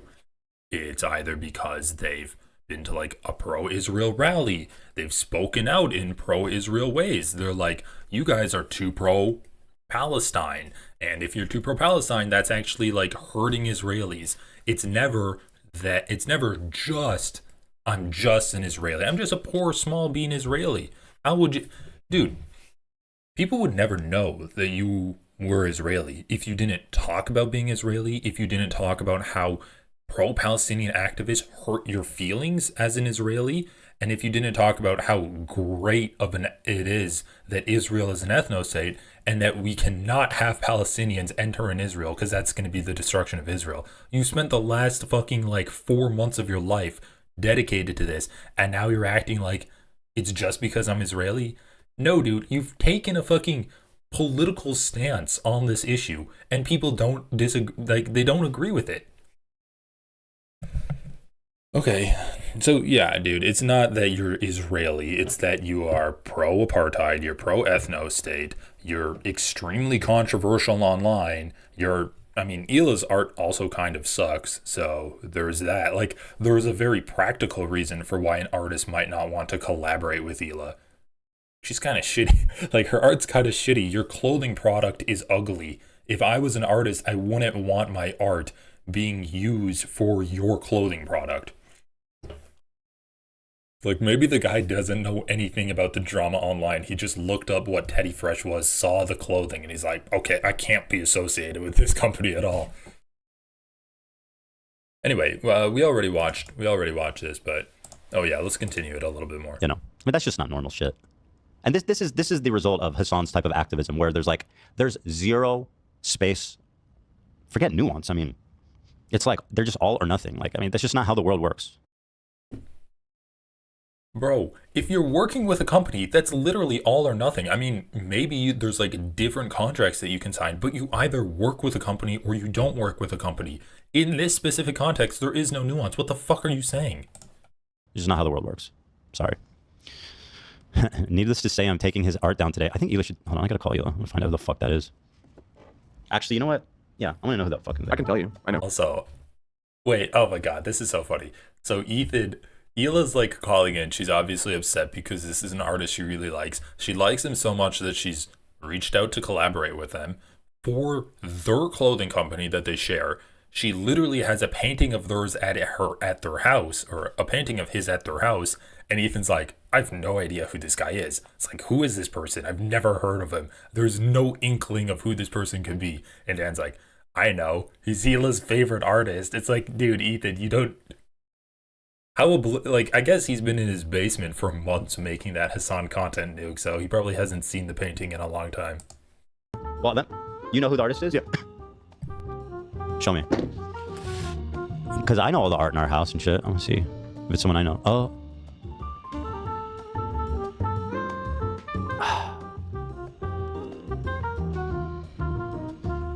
Oh, I want to show it. Let me ask you though. There's more stories. Can you open it? I don't know if I'm even logged into Insta. Oh, there's an album. There's an album. Yeah, you can put it together.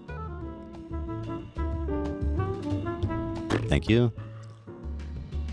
And I mean, this isn't the first time this has happened. There's been people who are like, we've been working with, who just like suddenly will ignore Like there's someone who we worked with who they just stop responding to, and while they're totally active and working on other people, like a deal you've already worked out and you're planning on, and then they just ghost you. And it's like, it's pretty obvious why. Needless to say, I'm taking down his art today. Okay, so I mean, we've reached the point. We've reached the point in Ethan's, just like his Zionism arc, where now if you criticize him or you simply stop talking to him, you are anti-Semitic, basically. If you refuse to do business with me, you are anti-Semitic. That's Ethan Klein's position now. Oh, some guy just ghosted me. Pretty obvious why. Yeah, why? How was it obvious? He literally okay, dude. Like, he just stopped talking to you. Not sure what to do with it.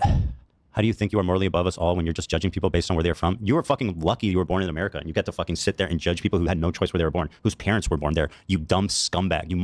You are morally lucky. That's it. You have no hard decisions to make. All you get to do is fucking parade around social media and act high and mighty. What is this? What is it? What is this Imgur post? Oh, Hila's posting this? Also, it's hilarious how Ethan thinks that Americans are morally innocent. Like, Americans have no moral hazards that they can come into. I mean, we're literally profiting off of slave labor that was a part of America. We're profiting off of, I mean, immigrant labor now that we are taking advantage of. Not to mention all of the slave labor that is being done overseas that we are taking advantage of due to these unfair trade agreements, and how we have worker protections and we have a higher standard of living. And these other people that are making products for us to consume do not have these same kind of worker protections, and we're getting an advantage off of that. Plus, the fact that we're literally on land that we genocided the people of. And Ethan's like, you are Americans. You are morally pure. You've never had to make a tough moral decision in your life. You've never had to face the fact that you were a colonizer, unlike my wife, who struggles with being a colonizer every single day. Like, what is his argument? That she should feel bad about this because she had to make a difficult moral decision? But then he's going to say that, like, she never had to make a difficult moral decision because she was forced into it anyway. So, like, she had no agency in that.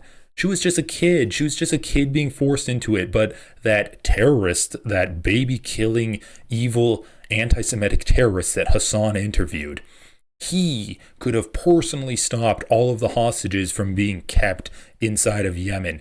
He's the captain, and he's the leader of the Houthis. Hassan should have grilled him.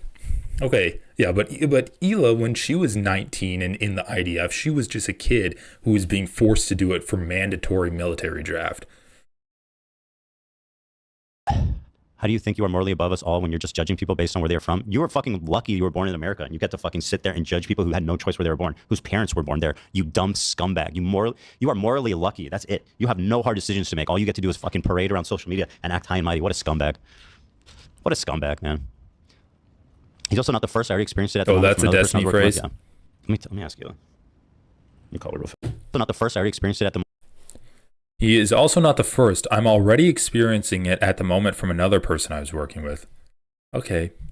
All right, well, honestly, that's good, because people that support Israel in its current form, even in its non-genocidal form, they're still supporting an ethno-state. They're still supporting the fundamental basis for the genesis of this genocide that we're seeing. People that support Israel as an ethno-state should also be isolated from. And I know that Ethan might think that's a little mean, because if you don't want to do business in Israel, you're hurting Israelis. And how can you hurt Israelis? They're just innocent people. However, that's really the only tool left to people when they're kind of pushing back against this ethno-state. And sure, maybe you're not going to have all of the business opportunities that you'd want, and maybe your economic position is going to worsen as a result of you living in the ethno-state due to companies pulling out or business deals falling through. And that is going to put pressure on the citizens, and then the hope is that the citizens put pressure on their representatives in government to end the ethno-state. So Ethan might think that's mean, Ethan might think that's anti-Semitic, but at the end of the day, it doesn't matter. This is really like a pretty well entrenched tool to get political change across different like nation borders, and it's just something that's being used to put pressure on Israel, like put foreign pressure on Israel. Keep in mind, Ethan Klein said that no amount of pressure would ever change the way that Israelis would view the Palestinians, because they would rather like have their quality of life be deteriorated into the ground. They'd rather live in dirt than give up their Jewish homeland. And now he experiences a little bit of this, and his wife literally breaks down in tears. Like, I recently went back and I rewatched that conversation Ethan had with Hassan, like the last conversation they had on camera. And he said there's no amount of economic pressure that people could put on Israel to get them to remove their ethno-state, because the Jews living there feel like they need to have this safety net. And it's like one artist cancels or not even cancels a contract, but declines to do a contract with Gila, and she's breaking down in tears because of it, and has this whole like meltdown where she's posting Instagram stories on it, saying that, oh, someone doesn't want to work with me because I'm Israeli. Yeah. You're also like pro-Israel, so there's that. Moment from another person I was working with, yeah. Let me ask you. Let me call her real fast. I know the guy. Yeah, I know the guy. He's just somewhat known. He's somewhat known, right? You guys know who he... I've never heard of him. You don't. Oh, I can hear myself. Should I out him, Hila? Hila wants to make sure everybody knows it's not Alex Pardee. Thank you for saying that. It would never. Alex is a king. It's not Alex. No, Alex is a... should I out him? It's not Alex Pardee. He's a saint. He's the best person. Yeah, Alex is a sweetheart. I don't know if is it morally okay to say who he is. Whatever you guys think, I don't care. I mean, if I say who he is, it's probably just gonna get a bunch of snarkers buying his art, but I don't care. People should be... I think people should be... I mean, listen, it's not right. So, it's kind of up to you, though. This is your field. Bro, how the fuck are they like actually making the argument that if you don't want to do business with us, it's not right?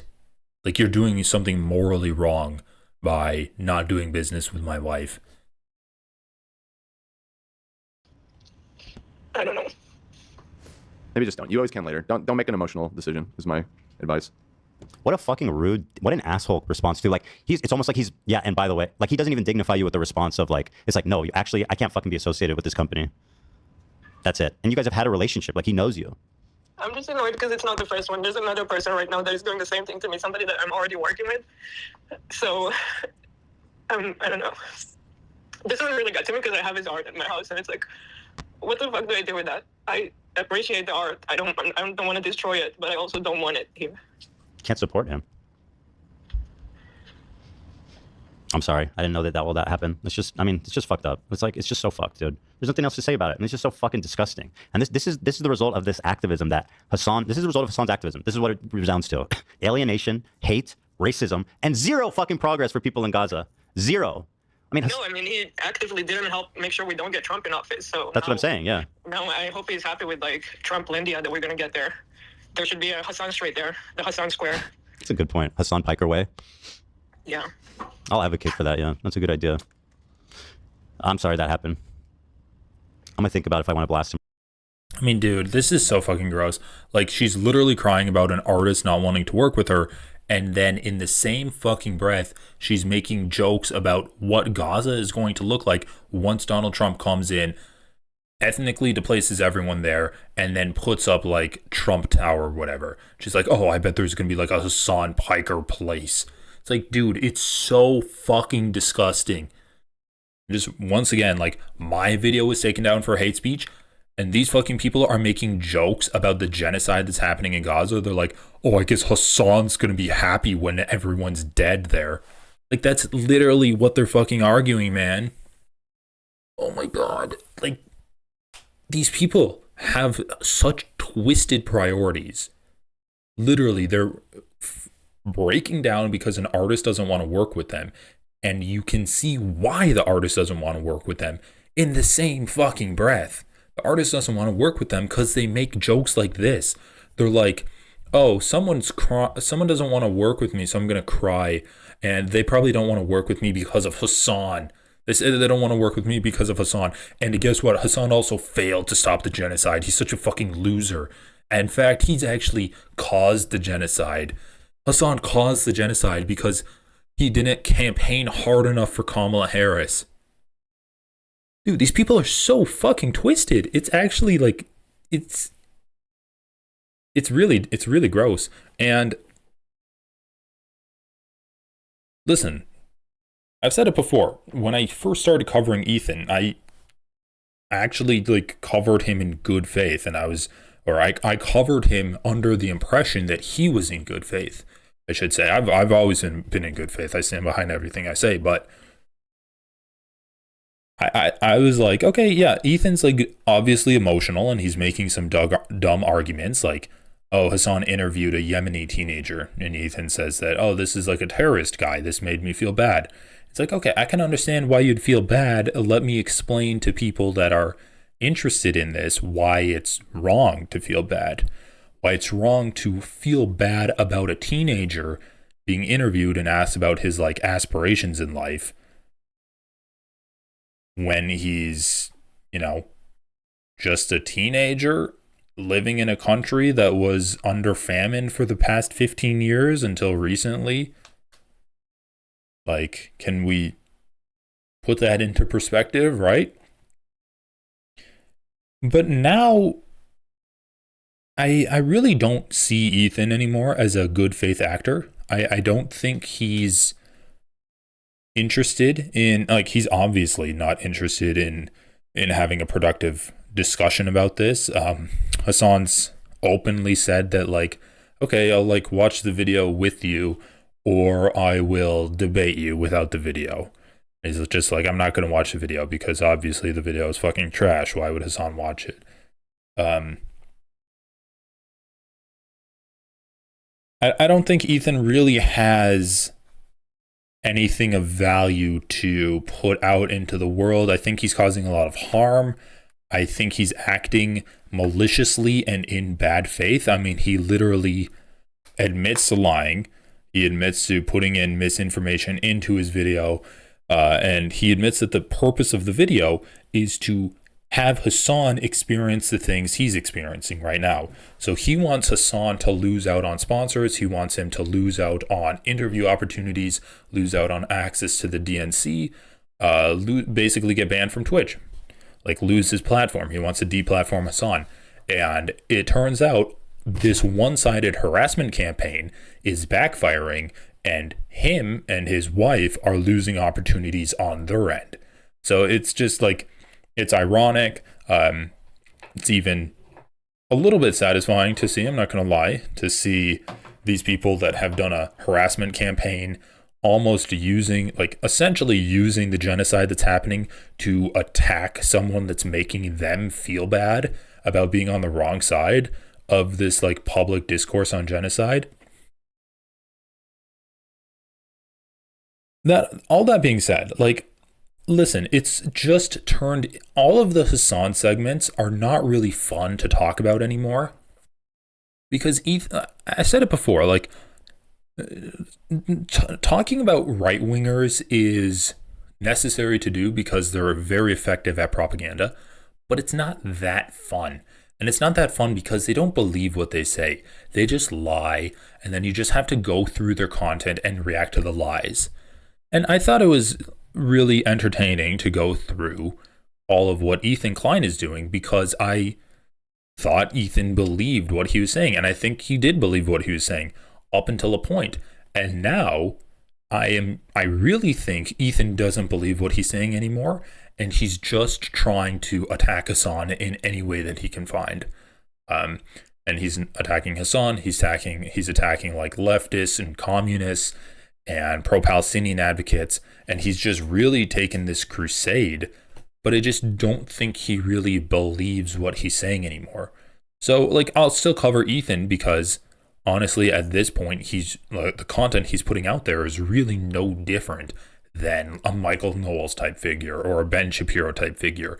He'll be a little bit less explicitly pro-Republican and anti-Democrat, but he's going to put out the same type of content attacking leftists, attacking pro-Palestinian advocates, attacking like large public figures like Hassan. And you really, I'm just going to start treating him like I would any other right winger. It's just his content is a little bit different. Okay, let's just continue this for a bit. Or not. I mean, because like it's not right. Like you think you're being the good guy and shit. Like you're just being a fucking bigot, bro. You're nothing more than a bigot. And also just to not even dignify you with like a reasonable response. Just so short and fucking rude. What a bitch. Scumbag. Yeah. Hold your head up high, girl. You did nothing except be born somewhere. No, I keep telling everybody in my life that this year I'm just gonna be Jewish as fuck. I'm gonna wear like 10 Star Davids and just be like, yeah, what, you know? You were literally like, I thought that was what we were all about. Like, why would you blame someone for something because of where they were born? Like, this is what racism is, but apparently it's totally fine all of a sudden. They're so delusional that if they think, if I'm not the person that you want to associate with, then good luck in the world. Because like, I'm as progressive, you know, I left Israel. I don't even live there anymore. Like, what are you guys talking about? Isn't that your goal, right? Those guys, like Hassan, he wants Israelis to leave Israel. I should be your model Jewish person. Why are you I should talking be your about best friend, right? Actually, that dovetails nicely because I wanted to show this response from this guy. Is this the one where he says, And like, all right, Zane, what's the parody that you made? I gotta ask one more time to watch the parody me and my friend made. Well, I don't know. You can write in chat like where it's located. Do you have a YouTube channel? Is it on your YouTube channel? And, maybe you can send me an email with the link if you want. My email is in my channel description. But yeah, I'm almost done with this Ela calls in segment. do you think should be your best ally? Yeah, I love how he said This that. clip? I believe so. Yes. So this guy Hutch, he's a political commentary guy. He's great. He's fantastic. I recommend people check him out. But here's his response, which is very similar to what you just said, Ela. I'm gonna play it.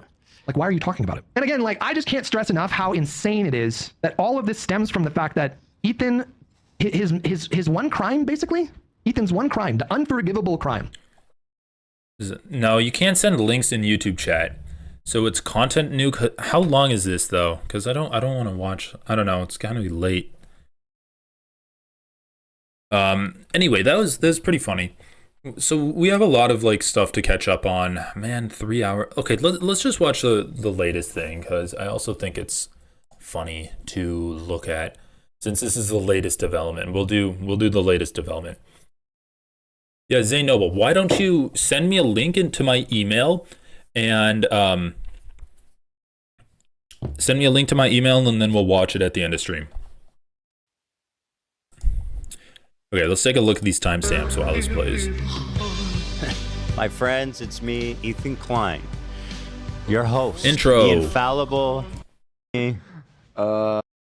Teddy Fresh shout out, Olivia's Elon theory, Ethan's health issues, about today's episode, Zach Stabon SNL situation, classic Subway segment, small top and topic introductions, destroying the Yeezys, Ryan Reynolds drama, and more about SNL.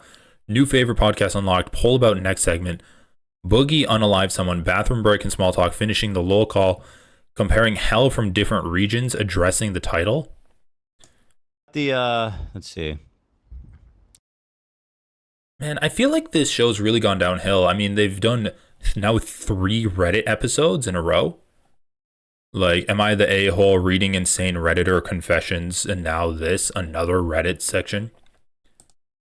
At the end, the Reddit drama. Yeah. Okay. The Reddit stuff. Another tale from Reddit. No, not that Reddit stuff. I don't know if I even feel like... to me? Huh? I said I don't even know if I feel like doing this one. It's so depressing. Okay, well, yeah. It's in the title. Excuse me. We could reuse it for Wednesday and just here's what's happening. Stuff. It's just, you guys have all noticed who are on the subreddit or just on the internet in general. Like, I saw this morning. It's a post. There's this video of Jerry Seinfeld going around. I don't know. Actually, I'd like to show it for context. It's a video of some activist going up to Jerry. I think it was at that SNL. Okay. I think he was at the SNL thing last night. And they said, "Free Palestine," because he's pretty pro-Israel. You can tell based on his social media, and his wife is definitely active as well. Oh, I think we got the video. Yeah, here it is. Let's take a look. Can I get a selfie? Sure. Free Palestine! I don't care about Palestine. That's sad. Look, it's Jerry Seinfeld, you know what I mean? I doubt he's that callous about it. I mean, he seems to be be pretty callous about it. Right I think there. he's more like it was a very Jerry. Okay.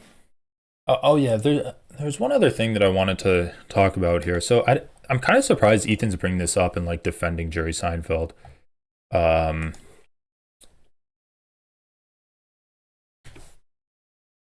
There's one other thing that I saw recently that I think is interesting, and I think let me see. All right, well, let's just let this play while I'm looking. I think he's just like what he's just responding to a troll. That was my take. I mean, obviously, he is definitely pro-Israel. Right? Don't Yeah, get me wrong. unquestionably. I mean, obviously, I don't like that he said that, but like, I fucking hate when people do this shit. Like, just put up the camera and like try to force someone to endorse whatever it is on the spot. Like, I feel like that was. I mean, if he really didn't want to say it, you could just walk away. Right. The guy knew what he was doing. He was trolling him. Yeah. Right. And I'm sure Jerry gets this like all the time, everywhere he goes. Right. So. I don't know how callous he actually is. Obviously, I wouldn't say that, right? It happened to me when I got charged up on at the guy on Rodeo Drive. You handled it much better than Jerry. I like Palestine. Free Palestine. I agree. You know what I mean? I'm free tomorrow. But obviously, Jerry's Jerry. I mean, he's a known asshole, right? Like Jerry Seinfeld. I mean, he's definitely an asshole. He's an asshole. I think that's just like part of his character. Yeah. A selfie? Although I do think it's kind of funny how the guy is like, he's very soft about it. He's like, free Palestine, maybe? Maybe, come on. Free Palestine! I don't care about Palestine. Yikes. Jesus. I feel like that was Jerry Seinfeld. I felt like that was Seinfeld from Seinfeld. It did feel like that. He's like, I don't know about that. Anyway, obviously I disagree, right? Free Palestine, whatever. The point is, not whatever, free Palestine, let's go. You know what I mean? The point is this was posted on the subreddit Faux Moi. Did I say it right? Faux moi. Almost. For moi. Faux moi. Which means... Not I, maybe? No, let me look it up. Faux is like fake. Moi means me. Wasn't it I'm a phony. play on that? I'm a phony. Isn't it a play on the famous Instagram account? It's a with all play the- on du moi, which Right. means Fucks moi. to me. Well, anyway, you guys probably know about Faux Moi. It's a gossip. It's a big gossip Instagram page. Is that, I don't know if it's more serious than that. But I know about the Instagram page. And they have a large following on Reddit. Very large. And they've become one of these like snark. I think the mods in this are the same ones as snark. There's like this insane crossover. And it's just turned into like a H3 snark subreddit to the point where it's like all their top posts seem to be about like anything about me and then like old stuff about me. It's in the top 1% of Reddit, 4.4 million members. Oh, wow. Wow. It's like literally one of the biggest. It's crazy. Okay, I didn't realize it was that big. So here in the comments of this clip of Jerry saying, I don't care about Palestine. No wonder Ethan and Hila love him so much. They have a lot in common. I mean, the only thing I have in common with Jerry, as far as I can tell, is that we're both Jewish. Right. In terms of our politics, anyway. Sure. I mean, I think we probably both agree that Israel shouldn't be annihilated, but I don't think that's uncommon belief. I mean, they're really fucking unfunny, too. Hold the phone. Ooh, boy, that's the H3 dude, right? He's a hardcore Zionist, too. I wonder why I stopped seeing much about him after their sub was hitting the front page every week for a while. Yep, unfortunately, he's a full-on Zionist. I think... Okay, so yeah, that's very concerning. Ethan's like defending Jerry Seinfeld. Like, there's really no defense for that. And yeah, you can see why people in his community are defending like the IDF, and they don't have the greatest idea of the scale of the disparity and conflict between Israel and Gaza. They don't have an idea that it's like a completely asymmetrical war. And when you have Ethan Klein defending Jerry Seinfeld, who says like, oh yeah, I don't really care about Palestine. And he's like, well, like he's just being his comedian self. They're going to be like, okay, well, when people say I don't care about Palestine, that's not that bad. They could be joking, right? So the one thing that I wanted to play, and I think this is even more telling than I originally thought, is, so there was this video that went out. Israeli occupation forces storm a wedding in the occupied West Bank. And it looks pretty fucking awful, right? So someone posted it onto the H3 production subreddit. And I saw it there. I'm like, wow. Someone actually posted like this anti-IDF video that like is exposing the IDF for basically being a colonial power to the H3 productions. All of the comments there were, why did you post this? We don't need to see this. Go post this on news or like r/political. Well, I mean, the IDF didn't raid a wedding. They were actually looking for illegal terrorists and trying to do an arms seizure. So it's all defense of the IDF. Why are you posting this there? And I go to find it on the H3 subreddit today, and it's deleted. So when we're talking about how Ethan, like the effective rhetoric of what Ethan Klein is doing on Israel-Palestine, it's just not good. Like, he's basically just being a mouthpiece for Israel, and he's like slapping a liberal veneer on Israel's actions.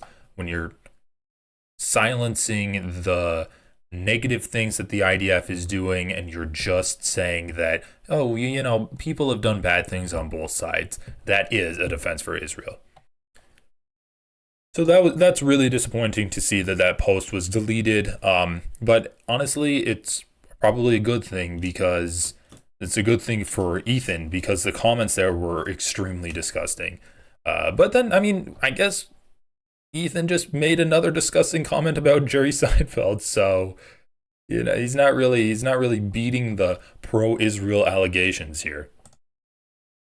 A lot of it has to do with Hila, since, you know, she was literally in the IDF and born there. Again, born there being some kind of, I find that odd that that's in the negative column. Yeah. Brainwashed, and he even said she reads the news to him. What? I don't know what the fuck that's referring to. But they're saying that, like, that she watches news from Israel sometimes. Yeah, and she like relates it. Yeah, who doesn't look at the news in their own native country? Yeah.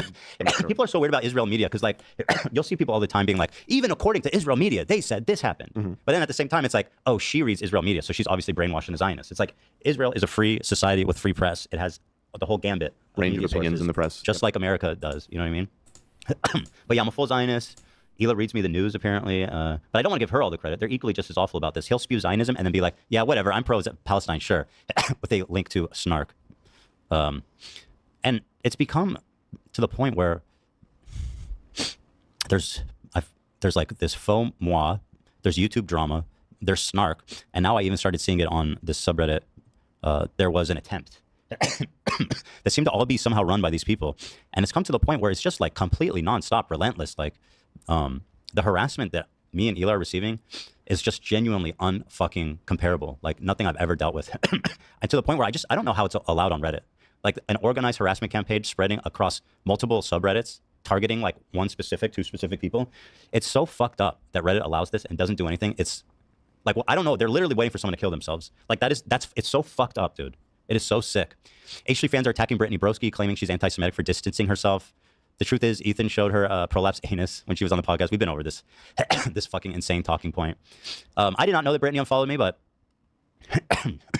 I'm assuming if she did, it was probably because of the amount of harassment she received. I remember she was getting harassed for the mere fact that she didn't talk about, or no, she said she didn't want to talk about it because she wasn't an expert, I think she said. And she got like mega fucking harassed for that. So I'm not surprised that the same people would be like, you know, why do you follow them? Yeah. All that. And I mean, she seemed. I just have to like comment here. I know Ethan's been making a big deal about his mustache and goatee. It looks so bad with this hat. He looks like he just looks like a trucker that hasn't showered in weeks. Also, his he's trying to say that he's like Hispanic looking, right? Or I don't know, from Spain. And it's just the ugliest, most unkempt mustache you can imagine. His goatee's not bad, but his mustache, it's like fucking Mario's mustache after a bender, and he wakes up in the gutter with the Luigi with a bottle in each hand. It looks so bad, dude. Also, is this really just him crying about a Reddit? Like, guys, I'm sorry, I don't want to watch this if this is just him bitching about Reddit. Someone let me know. Does this get better, or is there a point to this, or is he just going to be reading Reddit comments that are critical of him and then crying about it?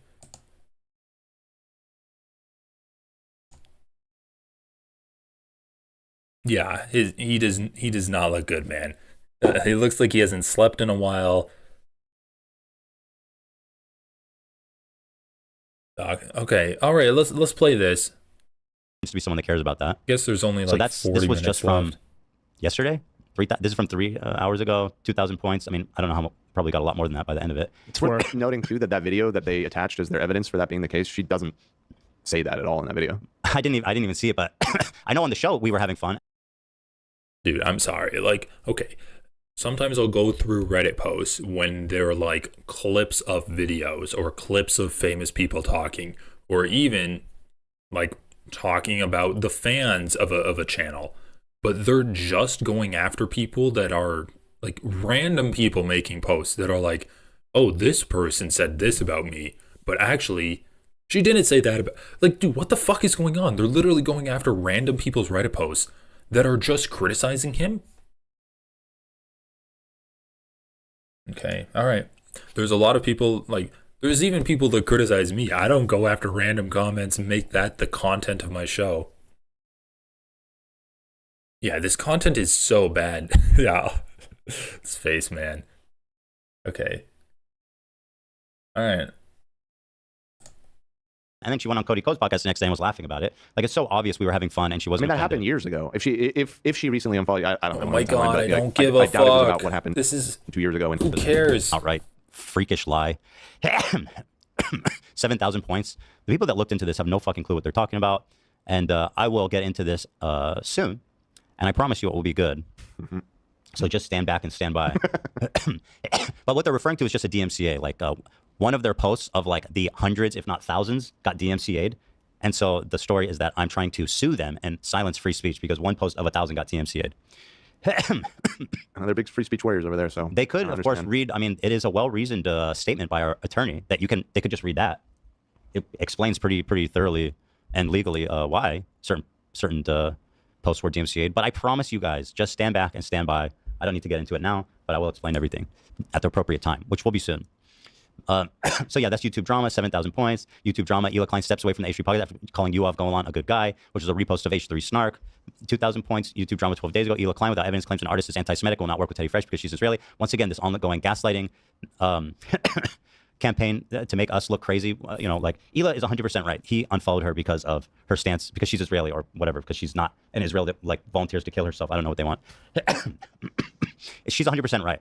But they just create any little amount of doubt to crazy make and to make us look insane. So that's crazy make.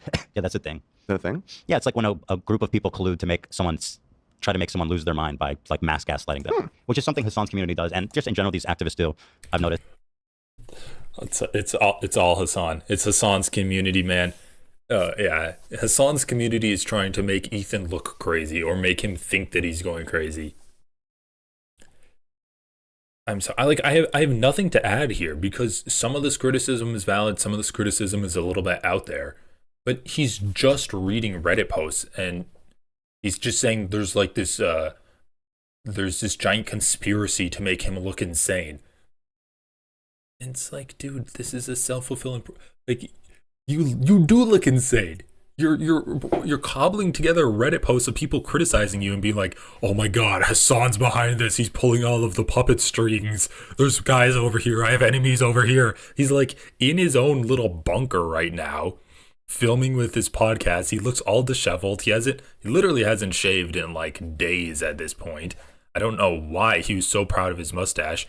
He looks like shit, and he's just reading like these vague, pretty harmless criticisms of him. It's like, oh, this one person unfollowed Ethan because of this, and Ethan's like, it wasn't because of that. I guarantee it wasn't because of that. This one artist unfollowed Hila, and they're saying it's because it's anti-Semitic, which is crazy. And it's like, it was because he was anti-Semitic. It's totally anti-Semitism. What, you want Hila to just kill herself?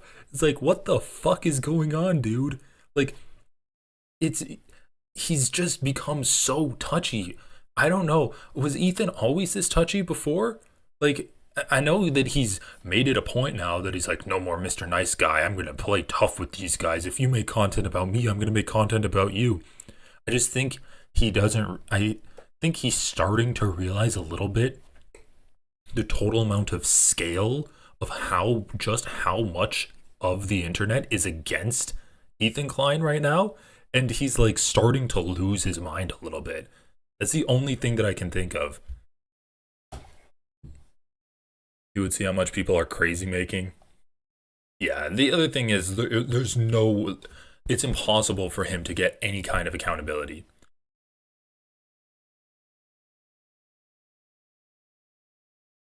How long until? Yeah, he is gonna sue Hassan. Okay, he's like, it's literally like a fucking movie where he starts a beef with someone, gets called out for it, starts a beef with the person that calls him out.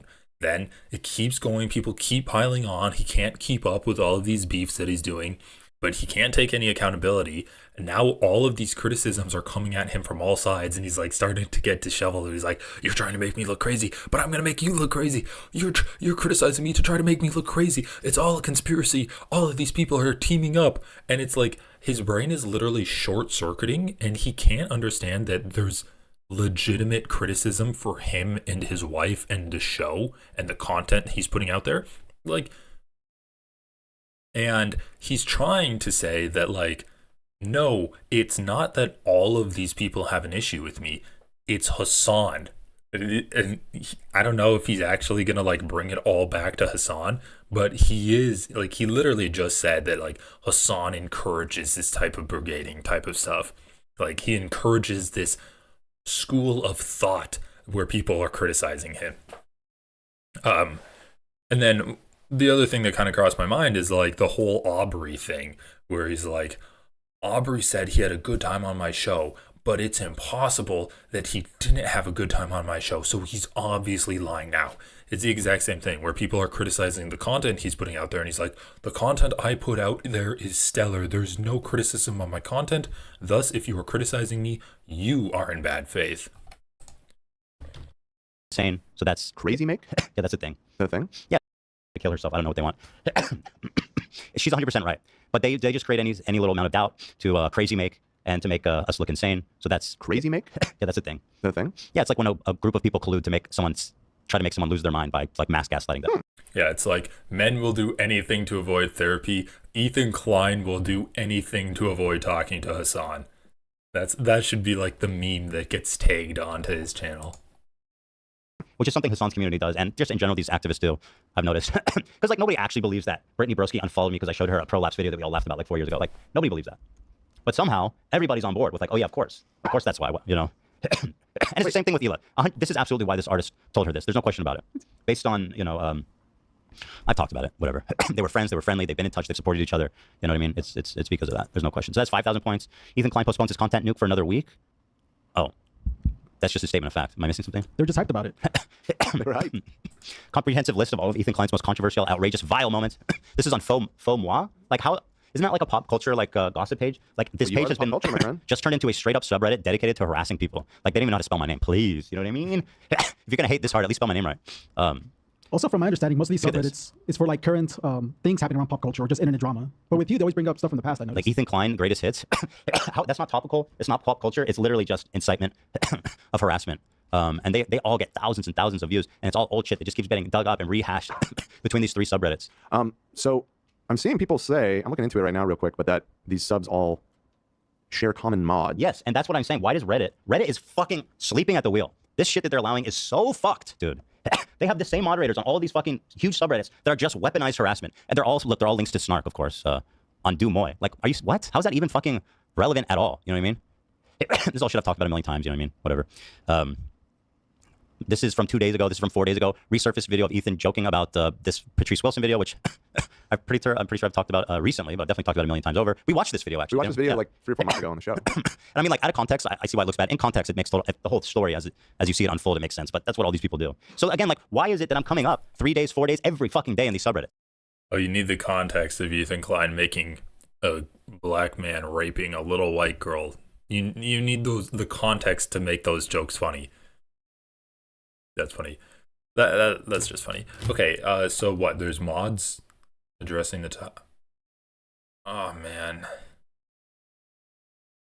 Okay, guys, I just maybe another time. I just don't want to watch this right now. This is dark.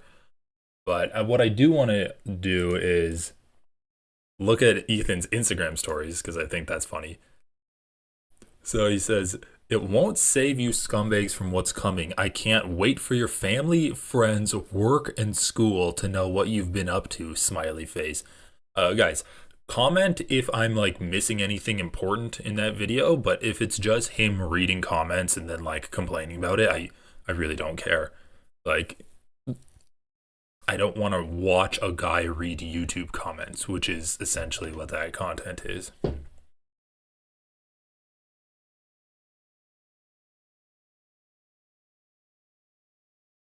Guys, just ignore FL. Like, I think he's just joking at this point. Anyway, so they say H3 Snark is on break. Hey, H3 Snarkers, we're writing to let you know that the subreddit is going on break effective immediately until further notice. Please keep an eye out for an announcement in the near future. We appreciate your patience and understanding. And then Ethan says, it won't save you scumbags from what's coming. I can't wait for your family, friends, work, and school to know what you've been up to. First of all, it's precious that Ethan Klein thinks that people in the real world, people offline, people that don't care about H3, are going to give a single fuck about someone posting a clip of Ethan Klein on a subreddit. Like they're posting CP or something. Like they're ranking like high school cheerleaders' attractiveness. Like it's this big reveal, and they're doing this illicit thing behind the scenes anonymously. And then Ethan's like, "Oh, your family's gonna look at you real different when they realize you've been posting clips of me saying the N-word." It's like, what the fuck is happening, dude? They probably talk about you to their family. Okay. Yeah, no one's gonna give a fuck that people are posting clips of an idiot online. Dear Snark Mods, you have one opportunity to save your ass. Contact us with information about your fellow mods and collaborate. This is okay. So Ethan's going full McCarthy. Oh, he's really taken his anti-communism stance to heart. Contact us with information about your fellow mods and collaborators, and I will spare you in what's to come. This is your one and only chance. Is this serious?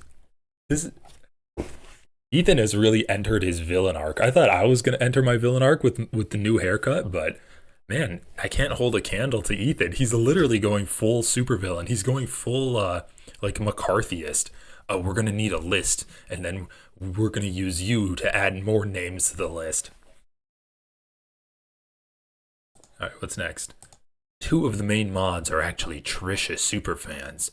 Ironic that they organize a harassment campaign to ruin my life for being a Zionist, when Trisha is actually a Jewish supremacist and Moses has fought in combat for the IDF.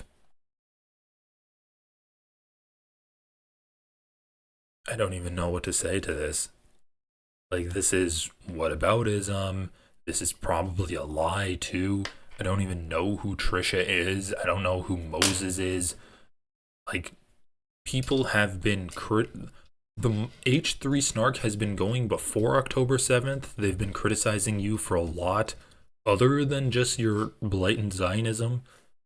Also, kind of funny that, like, you're admitting that you're being a Zionist. Okay, whatever. You have... Okay, goddamn, dude, these posts just get better and better. You have spent all of your free time since October 7th, 2023, in an effort to torture me, my wife, my family, my employees, my friends. You have defamed me, knowingly falsified images, broken laws, and interfered in my business. Nobody should ever have to endure this level of malicious harassment, and yet you have inflicted it on me and people I love. You guys know me quite well, being long-time paying members. I hope that what proceeds won't jeopardize your membership, as we look forward to and enjoy your continued patronage. Okay, this is really good. Addressing Ethan Klein's threats against this subreddit. It's called a subpoena, not doxing. It's a routine part of civil litigation, and all I need is an IP address, which is held for 100 plus days, even if you erase your account. This network of sock puppet account will not save you, snarker. Oh my god, he's like a Sith Lord. Okay, so what is this? Let's look it up. Addressing Ethan Klein's threats against this subreddit. After Gila Klein publicly claimed to have lost a business partnership due to her nationality, a post was made on this sub pointing out that it was more likely due to the controversial and bigoted content they have shared throughout the years. Link to the original post. Ethan Klein Hila's husband and podcast host then decided to share that post and compared this subreddit to neo-Nazis for posting reasonable critiques of their bigoted content on his Instagram story, directing 2 million followers, in addition to members of his subreddit, of which he and his wife are moderators, to brigade and harass this sub. After this false accusation of neo-Nazism, various members of this sub started posting Ethan Klein's history of using racial slurs, anti-Semitism, sexualizing victims of terrorist attacks, and more. Full list below. Since he is accused this of being a coordinated attack, it is important to note that multiple different users have made posts about him, users who have various interests in posts on this and other subs for years. He seems to think that people sharing video evidence of his bigotry is an anti-Semitic attack coordinated across Discord and Reddit. Here are all of the posts that have been made about him since he claimed this sub was indistinguishable from a neo-Nazi forum. Okay, well, I guess I missed that part in the podcast. Ethan Klein has now gone live on YouTube and escalated this campaign by threatening multiple subreddits, including this one, saying he's being mass gaslighted, that he's never seen anyone in the history of the internet be harassed like this, and that Russian propagandists would blush at the hate campaign going against us. He has also said that a lot of these people think that they're safe, but they will soon find out that they're not safe, and that he's preparing stuff and working behind the scenes, and for his followers to stand back and stand by, because there's something in the works that I just can't wait for. He also said, "We'll get 'em, guys, we'll get 'em. You know me. I'll ruin my fucking life in the pursuit of getting these people. I can't wait. I can't wait to show you guys what we're working on." He also said that now it's like a slur to be associated with his podcast. That's cute. No, yeah, it's honestly kind of interesting. I had a conversation with someone, and I'm like, yeah, Ethan Klein, like, you know, he a lot of his content causes harassment, and the person was like, well, no, his content doesn't cause harassment. In fact, he and his crew do a lot to discourage harassment from his fans.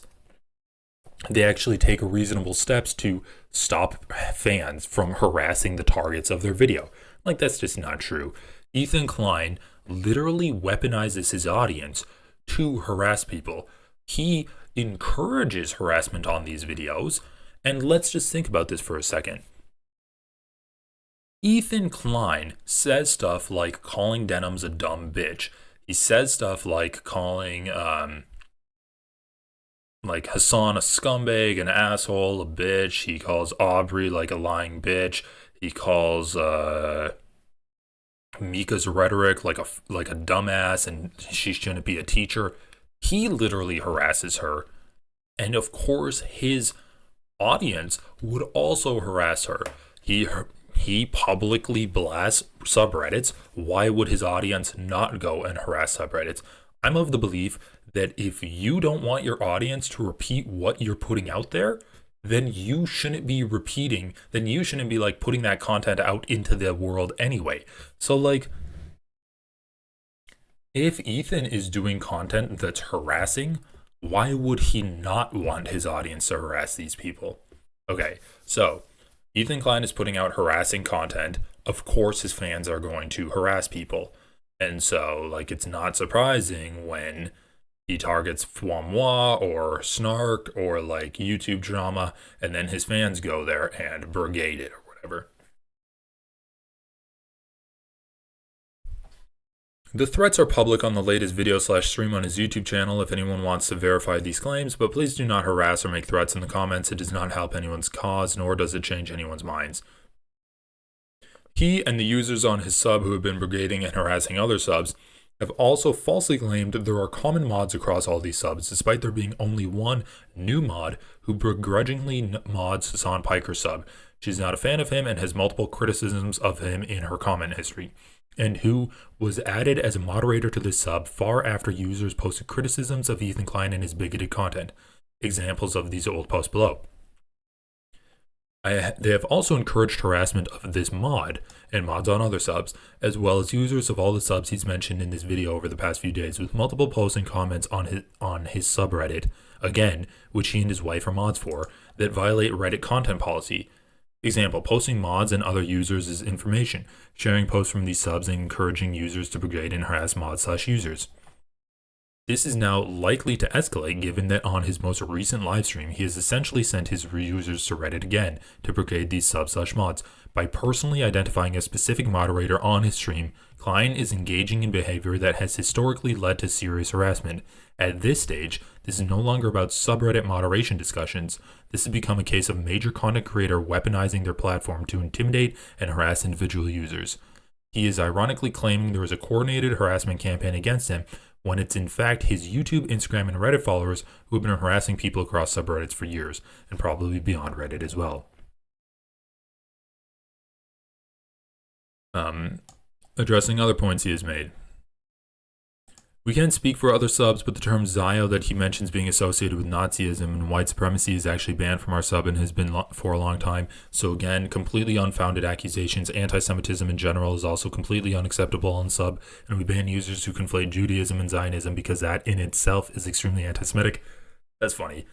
Then Ethan would be banned from this sub, because that's literally the content that he's been putting out for months, just conflating Zionism and Judaism. To be clear, the mods of the sub don't even like Hassan Piker and have allowed posts and comments criticizing him. Not sure what Discord servers he's talking about. We have never allowed users to encourage harassment in the comments by following people to their social media profiles to harass them. If Ethan Klein is actively seeking out posts about him on a forum where nobody expects him to be reading, that is on him. If Ethan Klein has posted bigoted content on video and people reshare that content, that is on him. Additionally, Ethan has recently threatened to dox the H3 Snark subreddit users/mods, due to which the subreddit has now gone on a break. We have avoided addressing this issue directly, other than setting up our Hive Protect bot to ban users who are brigading from his podcast subreddit. However, now that he has made formal threats and presumably will be making further threats towards us and to Reddit under false pretenses, we wanted to get this all out there. Oh my god. Updates. Further threats have been issued by Ethan Klein via his Instagram account. Again, we have no idea what this network he is alluding to is about. Edit, we have also started receiving a barrage of just vague enough ominous mod mails threatening consequences from accounts with no other comments on the sub and or Reddit. Does YouTube not have rules in place for harassment? He's pretty clearly hinting that he's going to dox mods, whether here or elsewhere. Let's see how the entirety of Reddit reacts to that. Imagine your huge receipt thread on every subreddit, lol. Edit, the thread for those curious, trigger warning for what you're about to see. It's already in the OP, but in case you missed it. Comprehensive list. Oh, okay.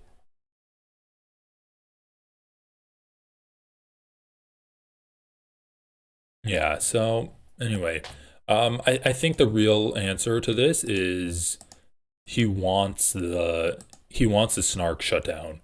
And I think the reason I think he just wants these Reddits shut down. I mean, he obviously doesn't like these Reddits. He's had an issue with them for a long time. But I think he's lost a lot of subscribers over the last couple of months and honestly years at this point. The content nuke made him lose a lot more subscribers. I mean, what does he say here? You have defamed me, knowingly falsified images, broken laws, and interfered in my business. I think that's the key. He shouldn't have included that. He should have just stuck to, you've tortured me and my wife and my family. Like, what the fuck does that even mean? But I think the real thing is they've interfered in his business. And he might actually try to sue to get those Reddits shut down because he's like, it's spreading information about me that's making people not want to watch my content. It's really sad, man. Maybe we'll watch you know what, nah, fuck it. Fuck Ethan. But what I do want to watch is from Zane Noble. Let's check out his video that he sent.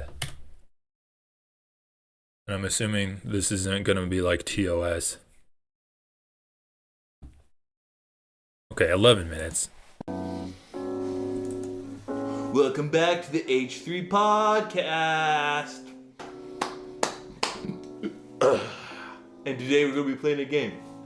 Is it a Twitch streamer or is it a Nazi? America deserved 9/11, dude. Fuck it, I'm saying it. Zach, what the fuck? What? Dude, Hassan's unhinged fans are gonna think we're comparing him to a Nazi. You literally have a picture of him next to Adolf Hitler, dude. I didn't make the game, Zach. I don't actually know if Hassan's gonna be compared to a Nazi. We haven't played it yet. Can I just say something really quick? No, AB. You can't just say something. This is the H3 show, not the AB show. I'm the one who did Vape Nation. I'm the one who did Papa Bless. And I did Steven fucking Reaver while you were on your mom's iPad pissing your pants. So you can't just say something. Don't think you're hot shit, cause your wife is hotter than me. The What is? Oh, you think it's a great time to chime in, Olivia?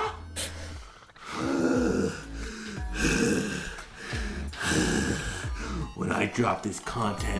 Yeah, 0 out of 10. Not enough coughs. Not enough coughs from Ethan. Nuke on Hassan. You're all finished. Every single fucking one of you. Okay? I'm the one closest to Bernie Sanders. Not any of you fucking clowns. And definitely not fucking Hassan. Fuck the button, Dan. Fuck the button, Dan.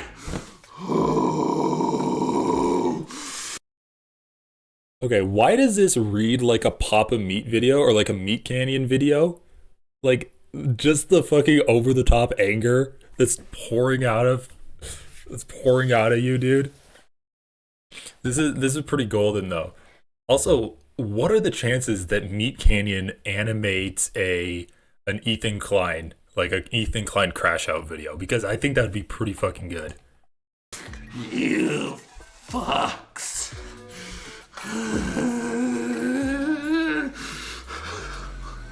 Suckers. I need 5. I need 5. We'll reshoot this. I fucking need 5. You fucking retards. Yeah, that's fair. That's fair to stay away from the cough. Oh god. The behind the scenes.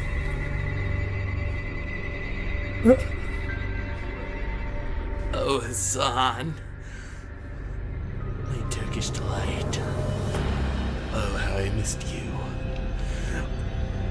Why did you have to disagree with me? We could have had it all. We could have had it all, but you had to disagree with me. Hasbro could have paid us both. We could have been rich. Rich beyond our wildest fucking dreams. I can't turn my back on my one true love.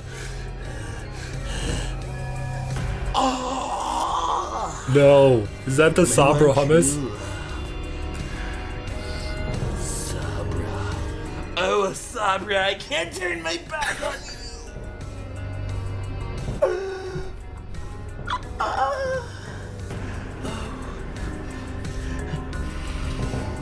Oh, it still smells like you played basketball in this, Hassan. Oh, it still smells like you played basketball in this, Hassan. See, Hassan, you like it. Just say you like it, say you like it, say you like it, say you like it. None for you. If you don't like it, then more for me. Oh. Oh.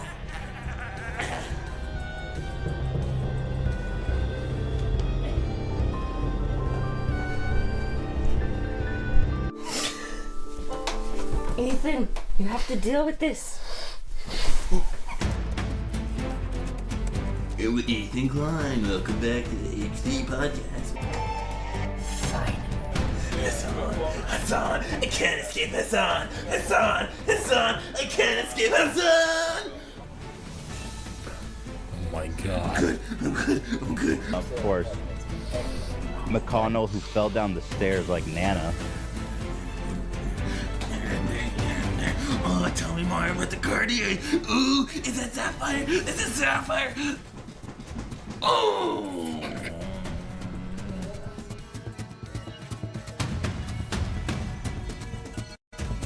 Well, now we know how Ethan lost all of that weight. just working out at his computer desk. You want to come to my car and suck my car?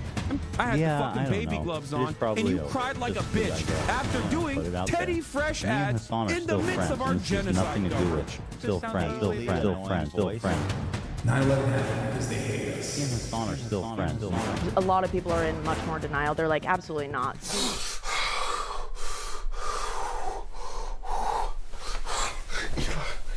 Ela. Yeah, I don't know why England doesn't just catch up with the 21st century. Right? It's called soccer, not football. You need to differentiate the two, right? You don't want to sign your kid up for like football and then it turns out to be soccer.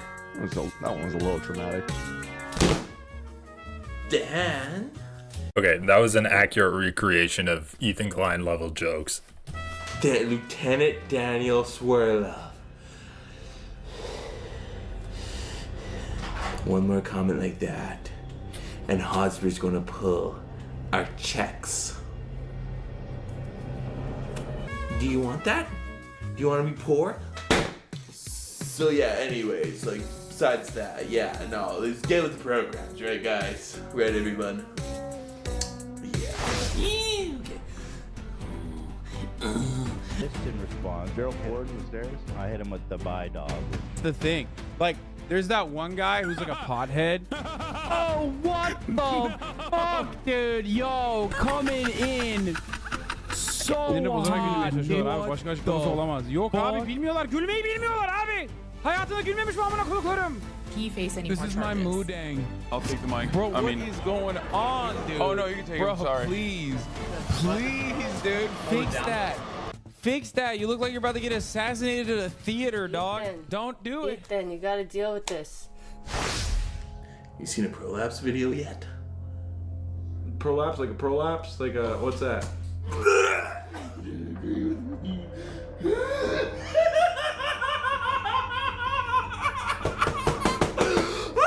What was that, Daniel Swirlove?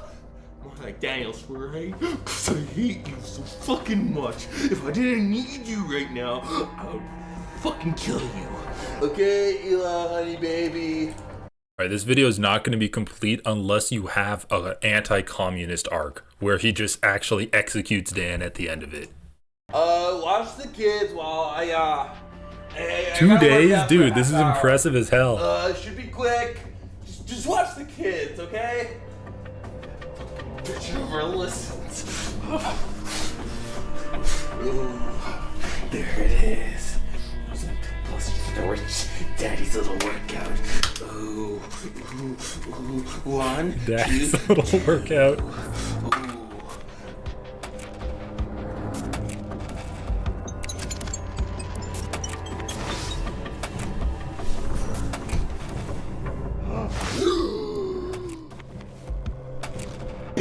We'll turn it on to your streams tonight, regardless of your desire to people.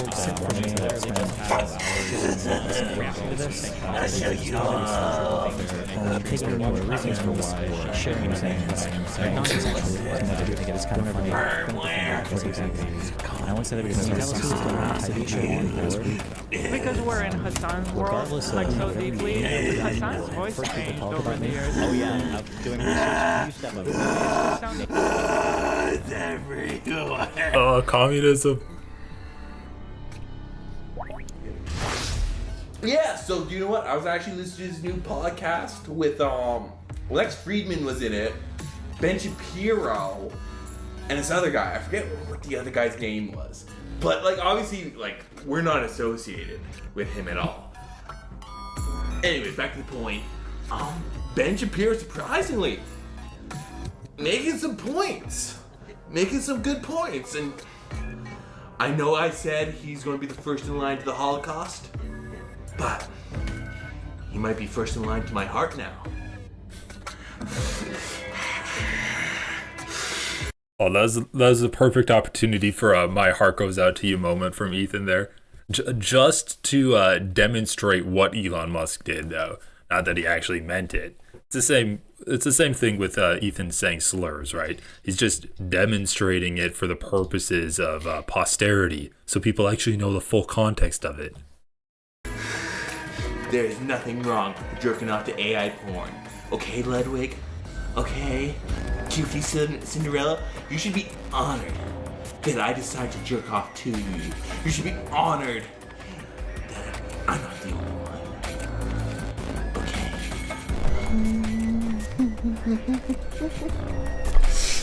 Ethan, you know I'm your boy. I'll always be your boy. Dude, the makeup department in this video did an amazing job. You really got that unshowered look down perfectly.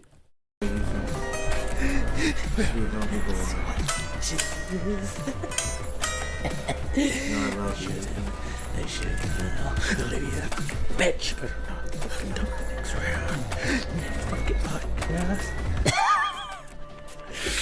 Fucking he thinks he's better than me, all because his wife is hotter than me. Shit. I'm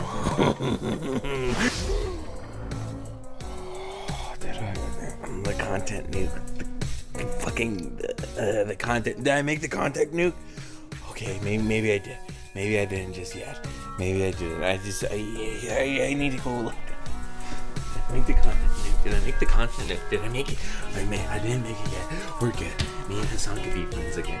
Yeah, if I didn't make the content nuke, me and Hassan can still be friends. Hassan, I miss you. Hassan, I miss you. I didn't make it, right? Okay, I didn't make it. Okay, let's go. H3. Okay. Production. Did I make it? Oh. I made the content nuke. I made...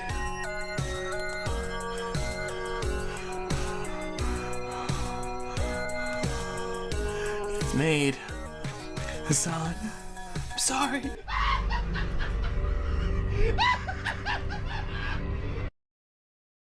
The only thing unrealistic about this video is that your mustache is actually lined up on the lip and not the disheveled trucker look after he just got like punched in the face and his mustache is all over the place. 0 out of 10, too good of facial hair.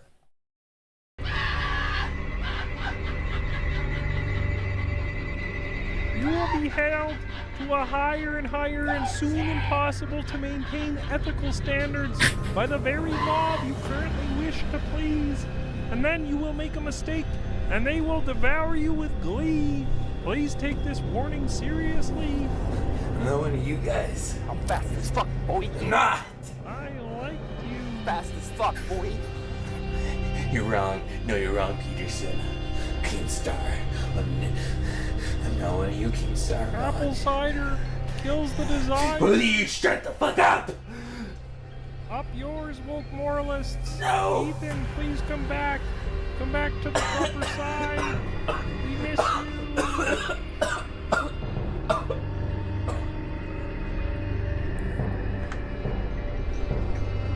Button is going to save us all, you guys. We have sponsors lining up. They heard the button, the holy button. Oh, shit. Careful. If only Ethan had a button for the last 6 months of his life, he'd be in a live action Meat Canyon. Yeah, honestly, that's the top comment. That's exactly what I was thinking. Oh man. Okay, well, guys, I'm gonna call it for now. I'm gonna be streaming. I'm gonna try to be streaming more often. Got a lot of like dumb stuff to cover, but there's a lot of like politics to do too. So I'm gonna try to like preload the front half of all my streams with some good old-fashioned cold and hard politics, and then hopefully we can like peter it off with some fun drama stuff. Anyway, the Ethan Klein stuff, it's like, it's fun, but it's just getting sad, man. It's really sad to see how far he's fallen, where now he, for some reason in his mind, he thinks he can sue these subreddits and get back his lost subscribers. He's talked about, like, honestly, the line where he says, "You have interfered with my business," really makes me think this is all him crashing out even more because he's lost so many subscribers and paying members recently. And I think he's flailing around and he sees targeting these subreddits as an easy target rather than, you know, doing some self-reflection, seeing where he's gone wrong, and trying to right the ship of his show. it's simply easier for him to be litigious and sue these people, and he thinks that's going to fix everything. That's really, I mean, I think that's why he targeted Hassan too, because people were leaving his show, and he's like, Hassan is the cause of this. And it's the same thing with these Reddits too. So anyway, it's kind of sad to see, like, we're literally seeing the demise of honestly, like a pillar of the YouTube community before our very eyes. Like, we're seeing the fall of the H3 podcast in real time. Well, I'm going to be there to document it. Once again, if it's just like Hassan snark, I'm not going to really cover it because it's just not that interesting. But more developments, and if there's any other funny segments, I'll be down to watch that too. But anyway, I'm going to head off. Thanks for all the super chats, everyone. Awesome video. Like, this was really cool. That was fun to watch. Let's see, any interesting comments that we can talk about? Oh, yeah, no problem. Thanks for everyone for showing up and commenting, chatting, combating FL, even though I think FL is just a troll. But anyway, guys, thanks so much.